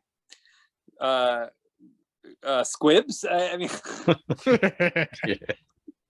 I mean, they bleed a lot. Whenever they explode, it's like a geyser of blood. He's like, oh, you know, like, Yeah. Yeah, that starts happening. yeah, He meets the girl again somehow. I Yeah. totally forget how that happens. yeah. I don't know either. I missed that part. Yeah, he just wakes up after being like fucked up, and then yeah. She just shows up. Yeah. She tells him she has some kind of curse on her as well. So she like takes her shirt off, cuts her boob open, and gives him some like glowing stone. Yeah, Out and of then her he eats boob. it. She like pulls a stone out of her boob. Yeah. And then Makes him eat it. makes him eat it. It says it'll cover you for a year, basically. Yeah. It's so weird. So I think it cuts back to when he arrives at Thailand for the second time, right? Yeah. Yeah. That's- And we find out that the reporter is the cousin of Chow Yun Fat or whatever, right? Yeah. yeah. Which would Yeah. explain how she's always able to find where he is. Yeah, she wants to go. That Dr. Yen doesn't want her to. So he goes by himself, and she follows him. Yeah. She has a bunch of money, apparently. Yeah. She's a rich girl. Yeah, so when he gets to wherever he's going, this hut thing, she's there. There wasn't a hut at the first; it was a hotel, right? I don't know. Yeah, I don't know. I know at one point they went into one. But yeah, she's there. Bunch of guns she brought, Yeah. apparently. Oh, right, yeah. That was cool. And from there, I don't really remember what happens for the next couple scenes. Yeah. Well, okay. I know that they get into an argument. She falls into the ground. There's this whole situation where him and Chow Yun Fat discuss this plan to rescue like a bunch of kids at one point. Yeah. But he Okay, so he also ties her up during that when they're in the hotel too. Oh yeah, She still manages to get, so they're doing that. They go to wherever their rendezvous is to go to that. They rendezvous with Dragon, where because when he fights him in that scene where it all starts, he says, "Meet me here in a few days." So that's where they're going, and That's right. they eventually get to his little tribe or whatever. And apparently, a bunch of children got kidnapped for some blood ritual that that tribe's doing. You see I'm him get guessing- crushed. Yeah, that was wild. Yeah, I didn't expect that. Although I feel like I saw that in like a Terry Gilliam movie. Like, like wasn't there like something like that happened in like the Brothers Grimm, like with kitties or something? I think so. I haven't seen that in a Yeah. long time. Yeah. For some reason, I have like a vague recollection of like something like similar to that in that movie. I don't know. I could be wrong. I could see that But- in that movie. Yeah. But anyway, it was like one of those like, whoa, that was fucked up type of moments. Yeah. They really want you to hate this sorcerer dude. This squeaky voiced sorcerer dude. Yeah. Yeah. So they meet up with that girl again. Yeah, I think they rescue her somehow. Yeah, and she's got like half her face covered. Yeah, Yeah, so because she got something's burned. messed up. Yeah, Or a curse. I don't know if they really say or something. yeah, you Yeah. never find out. I think it is a curse because what their next mission is to stop his curse is to get ashes from this Buddhist statue eyeball, Yeah, and it would also fix her curse. So Okay. Yeah, so they head off to do that. Yeah. and they're on a timer too. They Yeah. say once you actually take the ashes out of the eyes, you only have like 6 hours or something Oh too. God. While they're also on like you have 1 day or else you're gonna die, plus this timer as well. So it's Yeah. a couple clocks they're racing against. Yeah. Yeah. I gotta throw in some time limits. As if, I mean, the movie already had a crazy sorcerer, blood sacrifices, demon babies, kidnappings. You know, now you gotta have a time limit on top of everything else. And pustules popping out of a man's legs. Yeah. Yeah, that happens every once in a while now. Yeah. And It's supposed to Chaeyoung Fat, happen. they say something like the 7th time it happens, it's supposed to reach your heart. I think. Yeah. Yeah. You'll Yep. just bleed out completely. Yeah. It's supposed to happen once every 24 hours once it starts. Yeah. And that 7th curse, that 7th time is you bleed out of all of your orifices. Like all of your blood exits your body and you die, is the way it's described, which Yeah. sounds really messed up. Yeah, You there's know? one, he said one exploded in his lung. And it didn't hurt that bad. Yeah. I'm like, Yeah. oh, okay. Sorry. Yeah. I kind of don't really remember what happens between now and when they get to the statue at the end. I don't know if much Yeah. happened. The reporter does get captured as Yeah. they get in a Yeah. fight. So they have to go rescue her first, and they do. Yeah. And she happens to be possessed by Yeah. I the remember that. spell. It's like the Oh, sorcerer yeah. puts a spell on her, she's possessed. And the two-faced lady, she tells them how to cure her, and it's get a bunch of blood from random black animals, like Yeah, that's a black dog, a black cat, a black snake, a black jaguar, a black lizard, Yeah. and they boil it and put her in, and that cures the possession. yeah. Puts her in the blood and she wakes up in milk. Yeah. Oh my God. And she sees her face. Well, that's the first time first and only time we see her face too, and she gets freaked out. The reporter does get freaked out by it. Yeah.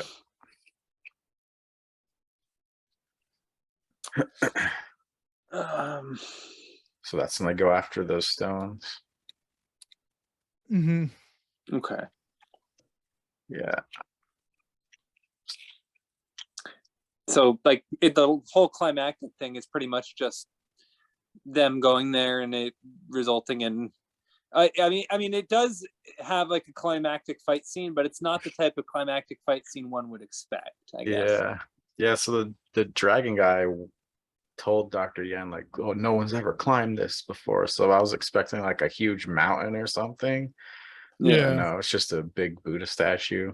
Yeah. It was kind of unimpressive, but we'll take it. So I climb up it to the hand, and the hand kind of like flips them off or whatever. Not flips them off, but Yeah. It was weird, but it was, yeah. And then there's like a bunch of blood, like A bunch of monks came out. yeah. And then the monks Came out of nowhere. They just appeared out of nowhere, and they fight on the statue for a while. Yeah. And one thing I noticed is Dr. Young had a grapple hook gun. Yeah. Because at one point he's just knocked off and falling, and he like Batman's his way back up to the top. And like, Yeah. why couldn't you have done this from the beginning? Yeah. That's exactly like, what I thought. this doesn't seem that hard to climb if you have a grapple hook gun. That was funny. But I didn't expect to see that. I was like, oh, okay. Yeah. So that fight with the monks just ends with them asking if they can have the eyes, and yeah, it's like, whoa, stop. Yeah. all right. Yeah. Yeah, so they get the stones out of the eyes after that. And then the main sorcerer guy comes in. I think so. Well, there is also the Indiana Jones head roll. Oh, that's right. That was cool. That was my favorite visual in the whole movie. Yeah, it was fun. Yeah, after they get the eyes, the head of the Buddha comes off, rolls towards him. You think it's gonna pin him to the wall, but it doesn't. Yep. know. Narrowly avoids it. Yeah, wild. Then the sorcerer guy comes. Yeah, Well, he eats. I think at some point he eats the big giant glowing ball, which saves him. Oh, that's right. Um, Yeah. Oh, yeah. Yeah. Then they have another sacrifice set up, yeah, and the same thing kind of thing happens with they crush the children first, Mhm. and then they use Mhm. that blood to get the skeleton out again. Yeah. I don't know if it's the same one or not. I think it But- is. Yeah. I assume so. Yeah, because it turns into the same demon monster bat thing. Yeah. Yeah. Yeah. So that happens. They start fighting it. I forget what happens to the sorcerer and all this whole time. Yeah. Well, I know that at one point that demon thing goes to where Chow Yun Fat's character is. Like, Yeah, it starts like flying around and grabbing people and shit. yeah. And then Chow Yun Fat busts in with a rocket launcher. Yeah, Yeah. but also there's the fight between the little demon baby, the little demon baby thing, and that big demon thing. That was cool. That little thing fucked it up hard too. I Yeah. was impressed. Yeah, the creature effects in this movie were so cool. Yeah. Yeah, like rips the baby thing's tail off. I don't think we mentioned, but it has a huge tail. Like Mhm. it's like half baby, half snake. Yeah, Yeah, it was incredible. It's an incredible serpentine demon baby. So yeah, Chow Yun Fat blast that thing a couple times. Yeah. yeah. For once, think it's dead, but of course it's a fake out, so we just blast Yeah. it again for good Yeah. measure. Double rocket launcher to the face. Yeah, yeah. So that thing dies. I still don't know what happens to the sorcerer at this point. I think he was killed by one of the demons because Yeah. if my memory serves me, just because they didn't really give it, the demons didn't give a shit, and they just were killing everything. Yeah. Yeah, I think 'cause he I- was the first one to die. Yeah, I forgot they captured the baby thing first and like turned it good.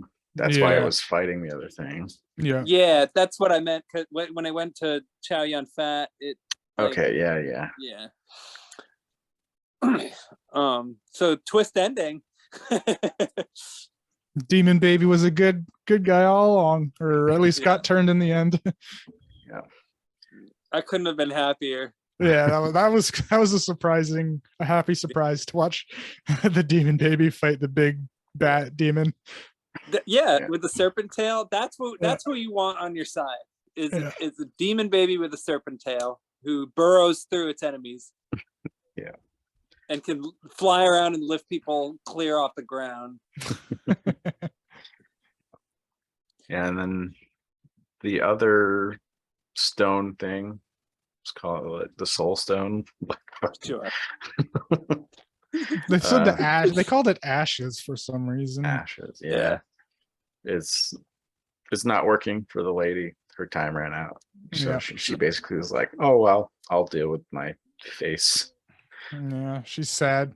Yeah. She's gonna, and She's she like, she asked Dragon, because they're obviously a couple by now, will Yeah. you still love me even though I have a fucked up face? And he's like, yes. Yeah. So good moral lesson, don't judge people for the way they look. And satisfying twist ending with the killer demon. Yeah. And there's like the brief another pool scene. Yep. Where the Yeah. Maggie Chung cock blocks him again. Yeah. Yeah. Again, pointless. Totally. And then the storybook guy ending.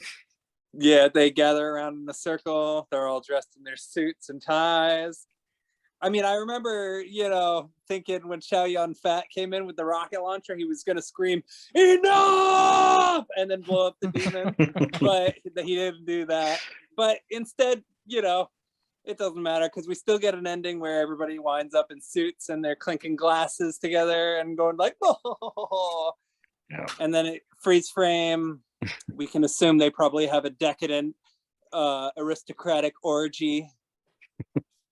It's Mhm. it's the greatest. I mean, the It's a characters little- couldn't have had a happier ending. Yeah, a little bit of sequel bait in there too. It's like, Oh, well, yeah. we'll see what next adventures they're up to. Mm-hmm. Oh, did they say that during the book part? Yeah, at the end. Hmm. It's like, what did Dr. Yen do next? It's like, we'll have to see something like that. Yeah, there's some Huh. mystery, so we got a little bit of I wonder what'll happen. It's like the Scooby-Doo. It's like the Hong Kong equivalent of Scooby-Doo. I don't think they ever made a sequel. No, probably not. Oh But well. that would have been awesome because Yeah. I really Like if it- enjoyed this one. Yeah, this movie was badass. Yeah, it was It cool. wasn't bad, it was badass. But what was that? I just said, yeah, it was cool. Yeah. Yeah, I give it a 4. Cool. Yeah. What about you, Nick? Mm, I'd give it like a 3.5. Yeah, it's fun, Cool. enjoyable, lots of gore and craziness. Yeah, that's about what I'd give it. 3 to a 4 because I thought it was terrific. I'm leaning more toward a 4 because honestly, like the amount of effort and time that probably went into those practical effects, like probably was pretty decent. I just wish like more mainstream movies would kind of like try to use more of these types of makeup things rather than rely on, but people know what they're doing, so I'm not gonna Yeah, like judge. actual giant set pieces. Yeah, I mean, Yeah, that giant head with all the blood coming out of its orifices and stuff, like that was such a cool visual, like and that could totally be like built. I don't know, like I guess these people had a lot of money to blow on this kind of stuff, but like yeah, I don't know, I liked it a lot, so yeah, I'd say probably a solid 4, really. All right, cool. So I guess now it is time to talk about my choice, which is the film. It was a video nasty titled Butcher Baker Nightmare Maker. And I guess so. The thing about video nasties in general is they're kind of a roll of the dice because you never know like whether what you're going to be watching is going to be like, why was this on the video nasties list? Or if it'll be like, oh, okay, I can see why this is on the video nasties list. So I'd say, like, I don't know how many of these whole video nasties you've seen, either one of you guys, but I'd say, like, I don't know, you guys have both watched this. Would you say this belonged on the video nasties list, or would you say you can understand why it was on the list? I don't think it should be. I don't either. Yeah, I was Okay. surprised by that fact. Yeah, Yeah, I It's would like- agree. It's like this at one end and Cannibal Holocaust at the other. Yeah. Cannibal Holocaust is like the most extreme of the extreme. This didn't even come close to those heights, so although to be fair, neither did Pieces, which is the last one we talked about, but still, I mean, regardless though, this was I didn't really know what to expect from this movie. I just I chose it because I thought the plot sounded interesting.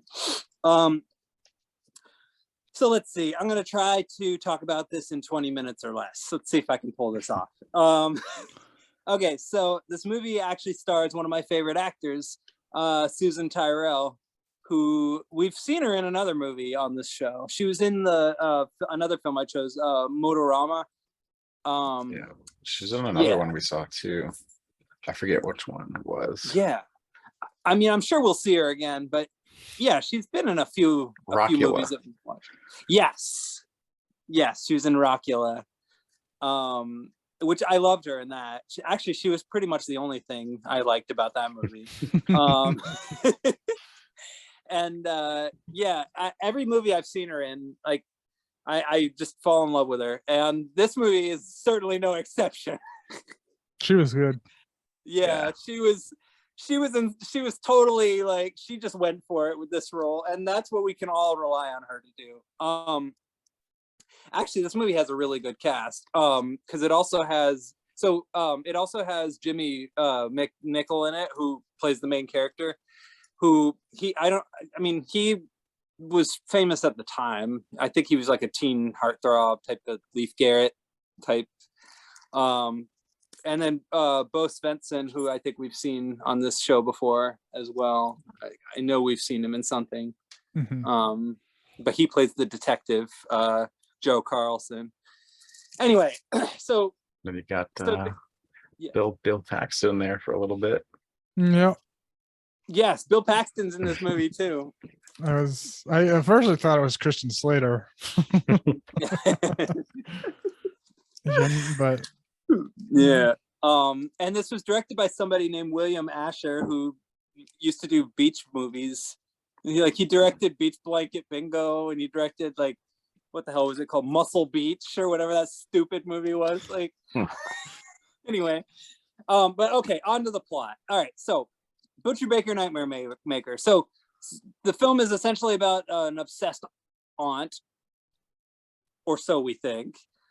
But so the opening scene, the aunt is kind of going to be temporarily taking care of her nephew while the kids' parents go on like some trip somewhere.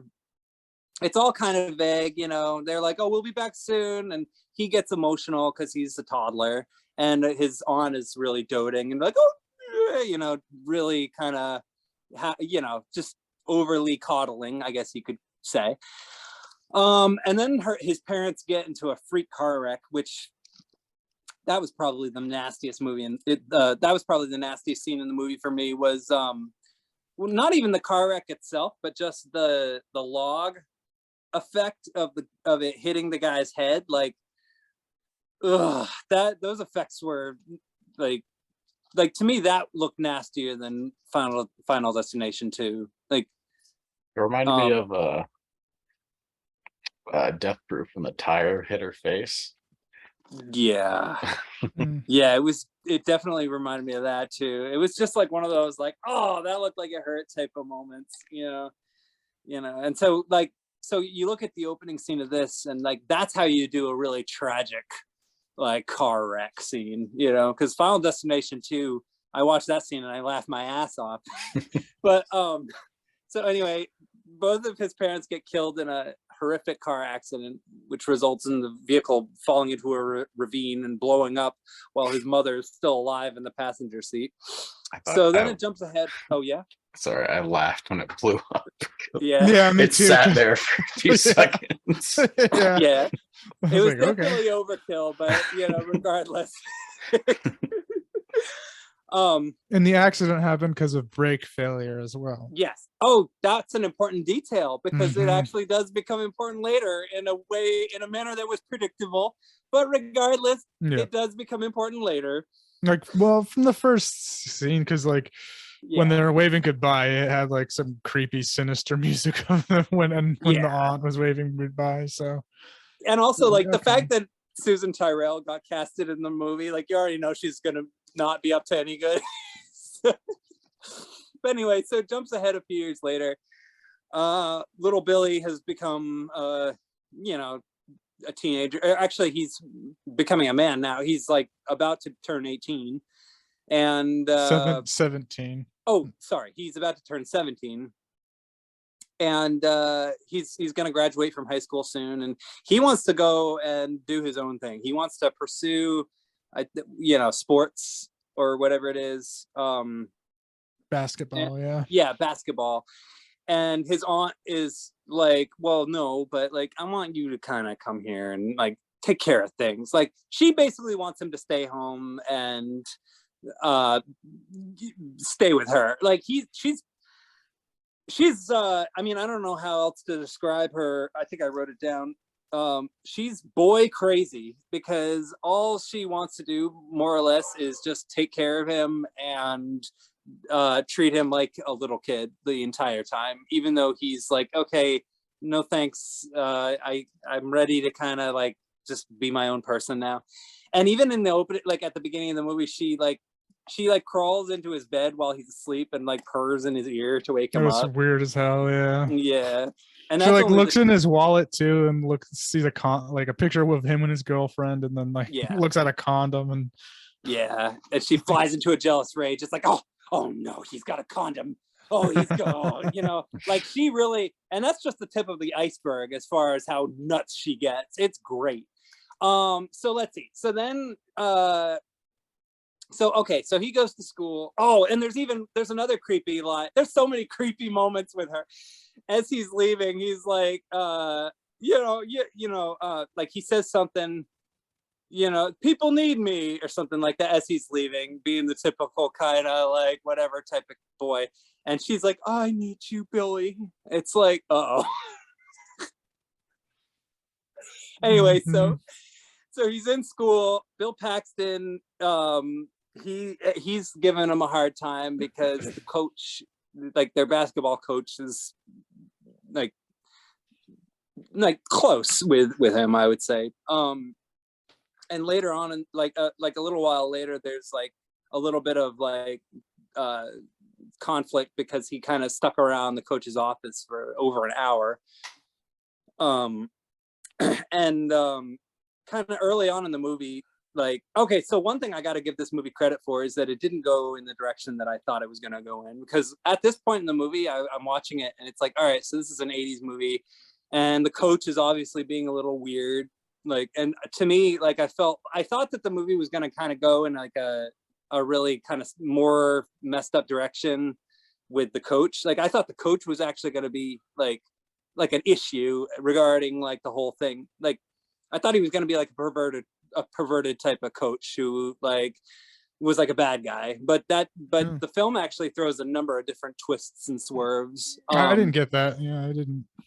Yeah, I guess the reason I got that vibe was because it felt like they were building up to that a little bit, because like they established that the coach is like overly friendly to him. They have the Bill Paxton character be like the bully, and then they show that he stayed over an hour in the coach's office.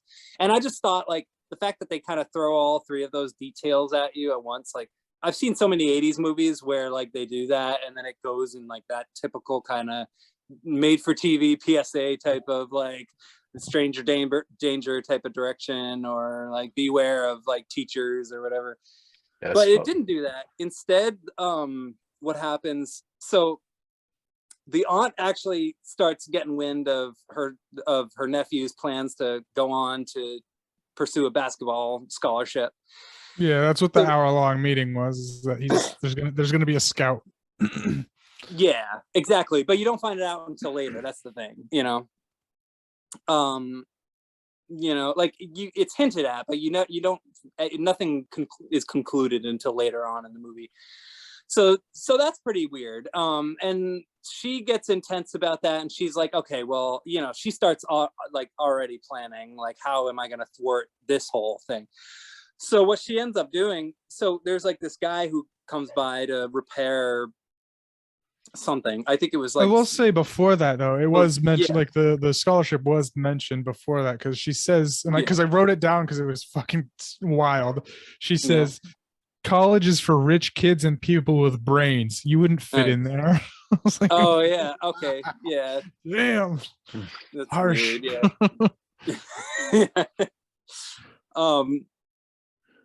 Okay, so there's this, so somebody like is like, it's like a repairman over there to like fix the furnace or something, or no, it was the dishwasher, the TV. No, the TV, that was it. Yeah. And she starts kind of aggressively flirting with, like, basically rubbing her boobs in his face, and he's like, yeah, I mean, I don't know how, like, that's literally what she does. She literally, like, her boobs were out. Yeah, like full on, and she just starts rubbing her nipples on him, and he pushes her off, and then eventually he calls her like a whore, and then that causes her to go to ballistic, and she stabs the guy to death. Her son witnesses her stabbing him, and he comes in. Her nephew. Oh, I'm sorry. Don't get ahead of yourself. Her nephew. My apologies. Her nephew shows up. He witnesses her stabbing him. He comes in. She tells him that he was trying to rape her. He was trying to rape her. Fuck it. And then like some neighbors show up who are the nosiest neighbors in the world, annoyingly nosy to the point where they literally like actually start interfering with the plot later Just on. walk into their house a few times. Yeah, exactly. Yeah, I don't know what, Betsy or something like that. She shows Margaret up. or something. Margie Yeah, starts with an M. Margie. Yeah. Yeah. Margie. She shows up, and the mom or the aunt is covered in blood. Aunt Cheryl, Susan Tyrell, is covered in blood. It's like, oh, he tried to rape me. He tried to rape me. And so then Mr. Detective Joe Carlson shows up, who you guys probably guessed is my favorite character in the entire movie. He's intense. Yeah. He shows up and he doesn't buy the rape thing for even a second. Like, he's just like, no, that's not what happened. There's obviously more to this than that, because he already knows that the aunt is crazy. Everybody knows. Everybody in town knows that she's nuts. Yeah, because well, before, I mean, you can, I'll just say one funny line at least, that when he wasn't buying it, he said, "So you claim he touched your boobie?" that made me laugh. that was very funny. A lot of his lines actually made me laugh like really hard, just because of how insanely like horrible they were. And a lot of them I don't think we could say on this show, but he says a lot of homophobic shit later on. Oh yeah. But anyway, okay, so he doesn't buy the Aunt Cheryl's story, and he immediately sets his crosshairs on the coach, because he pretty much figures out, like, he's able to ascertain based on the body of the victim that the coach and this person were in a relationship, so they're gay, which in the 80s actually was kind of a big deal. Yeah, there was a ring. He found a ring on them. Yeah.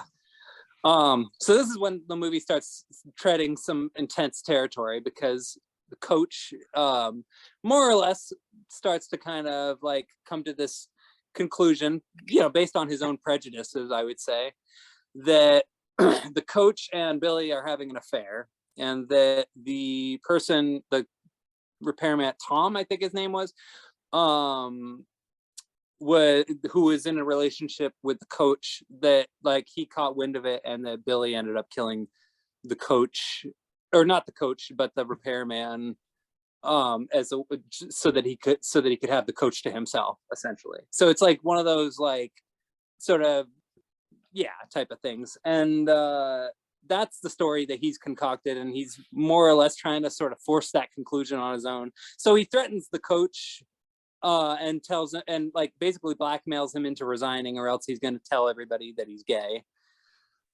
which would of course ruin his reputation, because back in the 80s, if you worked at a school and you were gay, that was just no. Like, you just don't do that.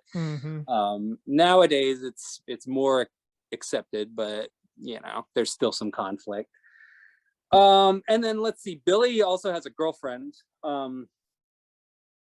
Julie, who is she actually ends up being a pretty important character too, because the detective starts questioning her, and actually the detective does something really stupid, and more or less kind of exposes his theory to her,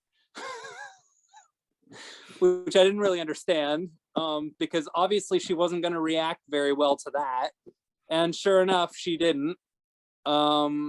But then then that kind of puts into her head like, oh, wait a minute, but it did occur to me that me and Billy don't have sex very often. So that sort of throws her off a little bit. Doesn't really end up affecting the plot too much, but they do throw that suggestion out, that Billy might be gay, I suppose. But it doesn't really matter, because at this point, the aunt and Billy are having a lot of conflicts. Aunt Cheryl and Billy are having a lot of conflicts, because he's still dead set on the scholarship. So she flies into a jealous rage and starts poisoning him. So he starts like having a bad, like, so, okay, he goes to play basketball, and she like gives him this milk. She's been drugging his milk with some kind of, I'm guessing she's like giving him roofies. because I don't know what else. It's like a date rape drug, is my guess, because he keeps collapsing and passing out. Yeah. And so he's trying to play basketball, and he can't, and he's trying to actually earn a scholarship, and he can't function because he keeps passing out. And so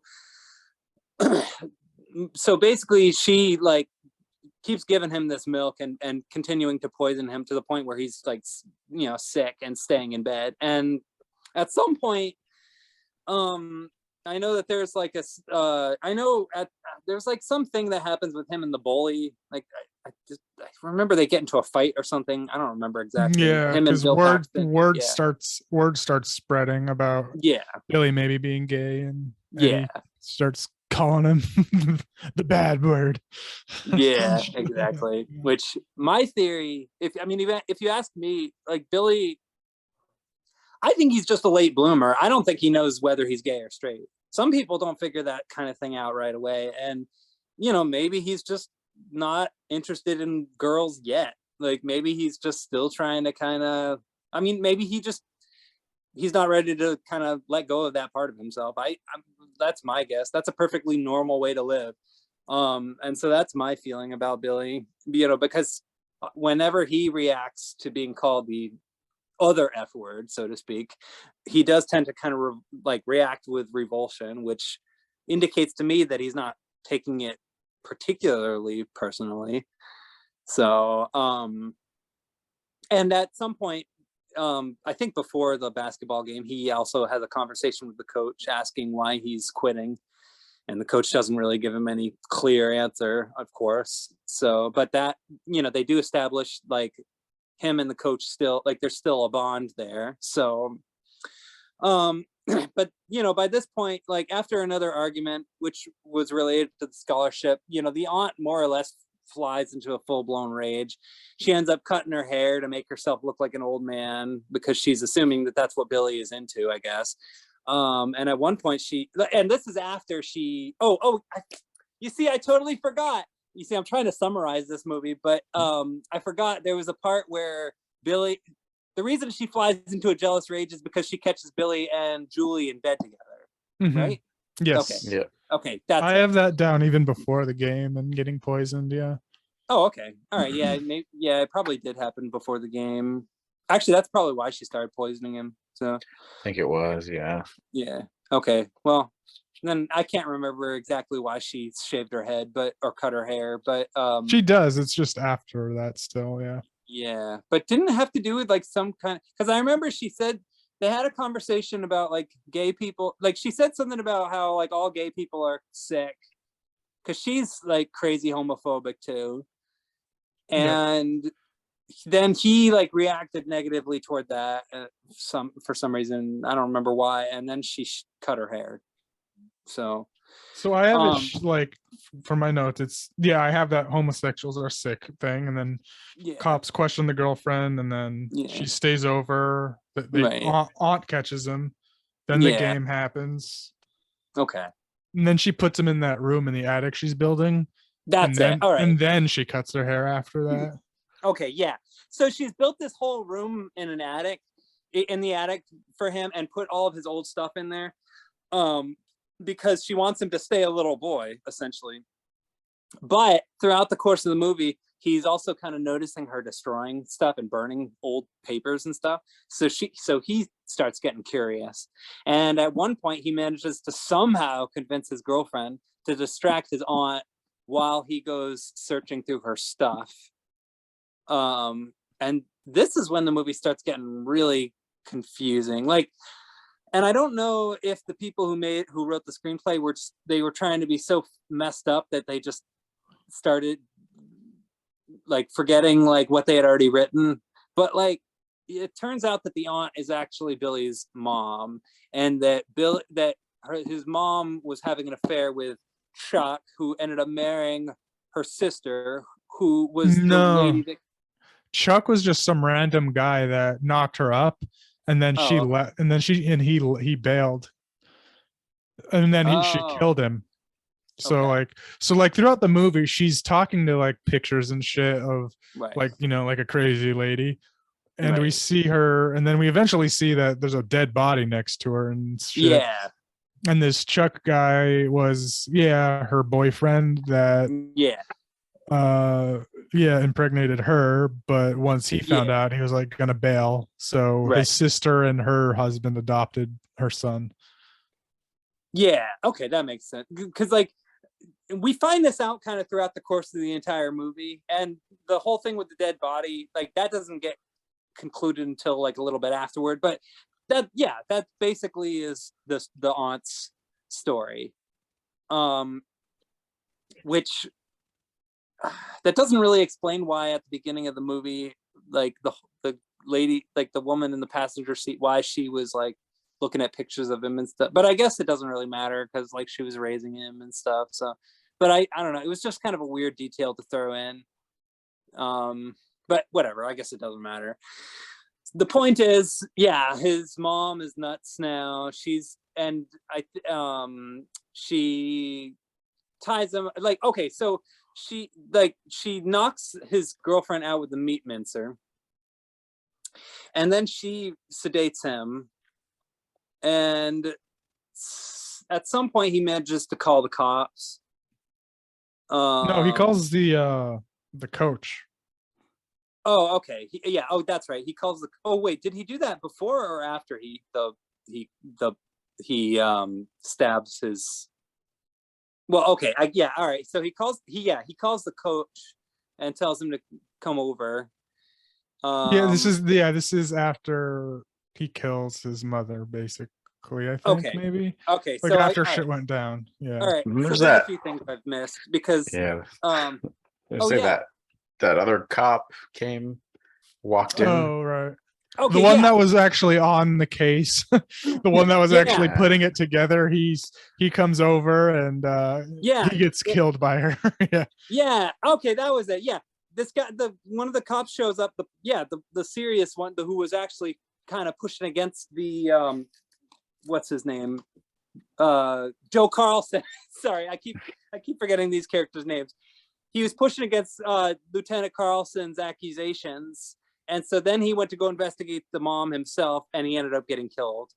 And then what was happening was Julie went disappearing, and her mom called the house. Cheryl acted crazy, saying no, so she called the cops, and he took.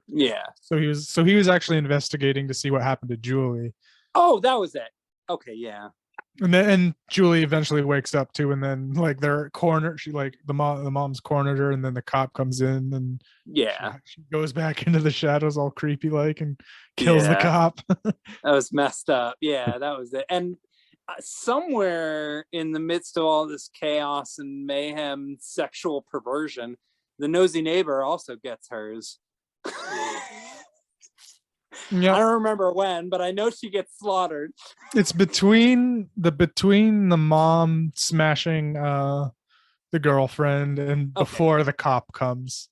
That was it. Because she drugs him, carries him up, and then she just kind of lingers around while she's being real fucking creepy. While she actually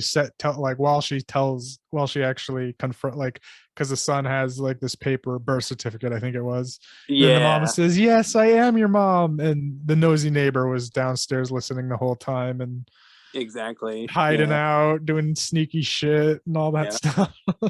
Just being a general like sneaky gossip. Yeah, and she like found a camera in the closet. Yes. Did that end up going anywhere? Well, this is when she realized that she was lying, because she said that Julie was never here, and then she looked into the closet for an umbrella because it was raining, and then she did see stuff. Okay. Yeah. And then she put together, wait a second, she's a nutbag. Oh, a total nutbag. It was there was a lot of Oedipus stuff in this movie too, like the adoption. Yeah, like talk about fearless. At one point she's even sticking her tongue in his ear. I mean, this movie is just balls. And like she was like pouring the milk down it, like milk. Anyone who drinks milk sets off red flags. I don't know why. I'm just like, I don't. Why are you drinking milk if you're an adult? I don't know. But anyway, she's like pouring the milk down his she starts licking it off him too, and I'm like, that's poison milk too. What are you doing, lady? Yeah, she's being a crazy sick pervert, and Jimmy McNichol does a good job being emotional. And eventually he ends up having to kill her, which is really sad. But we're not done yet, because the coach shows up and starts pretty much trying to kind of like take care of everybody's injuries and stuff. He's trying to nurture everyone's wounds. And so we got Joe Carlson, who up until this point of the movie has been a pretty moderate threat, but not seemingly not more dangerous than the Aunt Cheryl character, suddenly becomes really the major threat of the film, because he shows up and sticks a gun in both of their faces and threatens to kill them. So, and this is after like they had like Julie was there too with another cop saying, no, it's the mom, she was trying to kill me and everyone else, and he was like, get her out of here, she doesn't know what she's talking about. Yeah, but she was like, wait, we have witnesses and everything, now you're just a vindictive homophobe now. It's obvious, like you don't give a shit about what's actually happening, you're just a homophobe. Yeah, you're just blind to your own prejudices. It's exactly the type of thing that happened with the West Memphis 3, But somebody kills him, luckily. So Billy does. I forget who. I know he dies, but Billy actually kills him. Yeah. Oh, perfect. Well, that's a really. Oh yeah, that's it. He shoots him. Yeah. He shoots him with the gun. Yeah. Yep. And he gets away with it too, because it's considered temporary insanity due to, in the end summary. Yep. This is that other one that I mentioned earlier that had a quick end summary thing at the very end.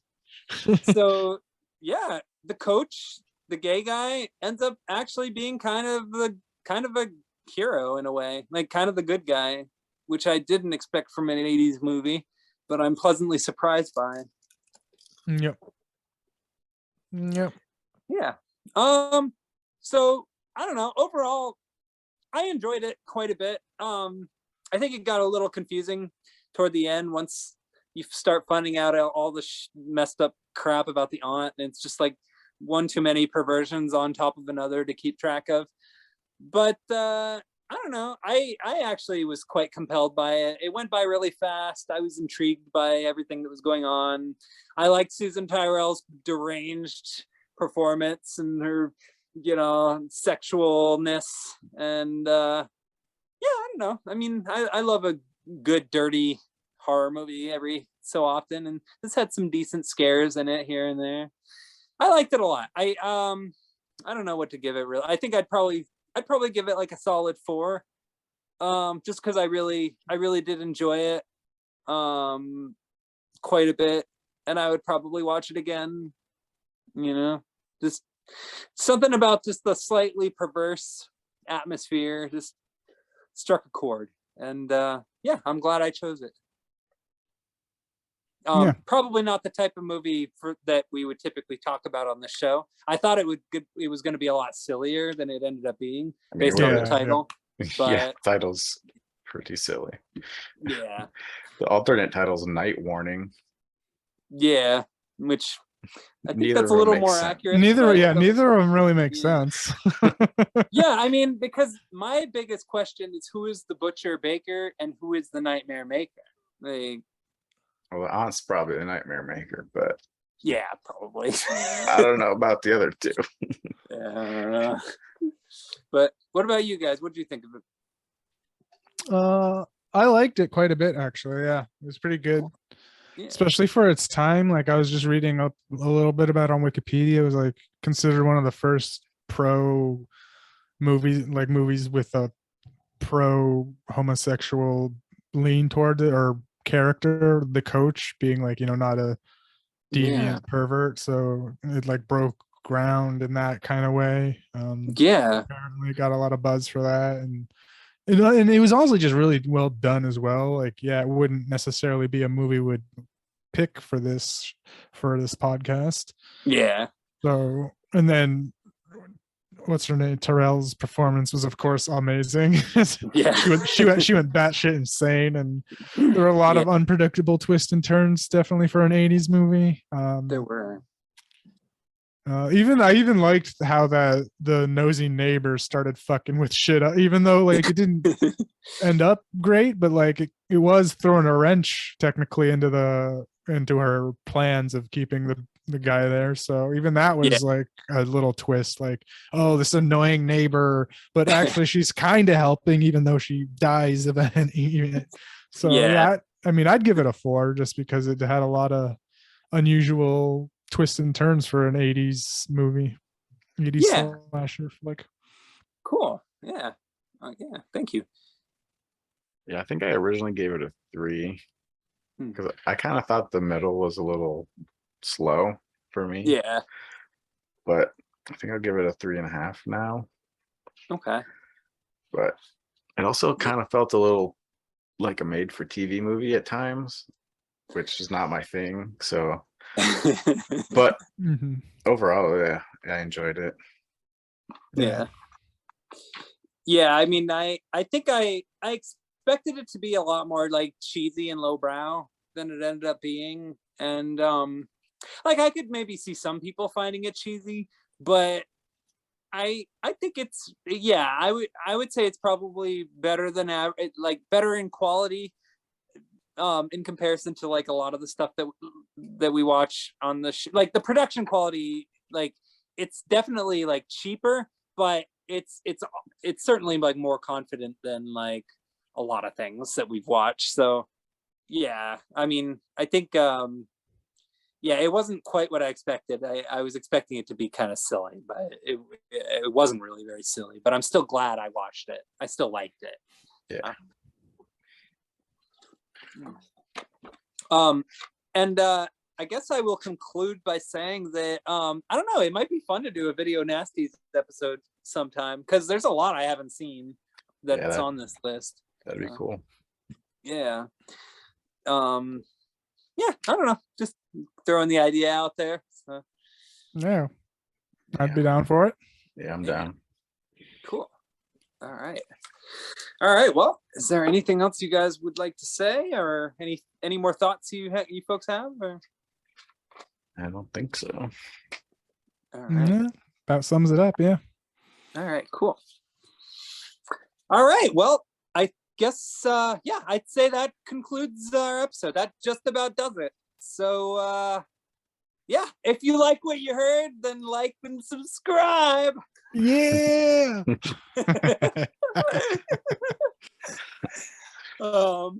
And yeah, and then until next time, we'll see you all later with some random Tubi picks. Yeah. All right, have a good night. Yep, have a good one. See ya.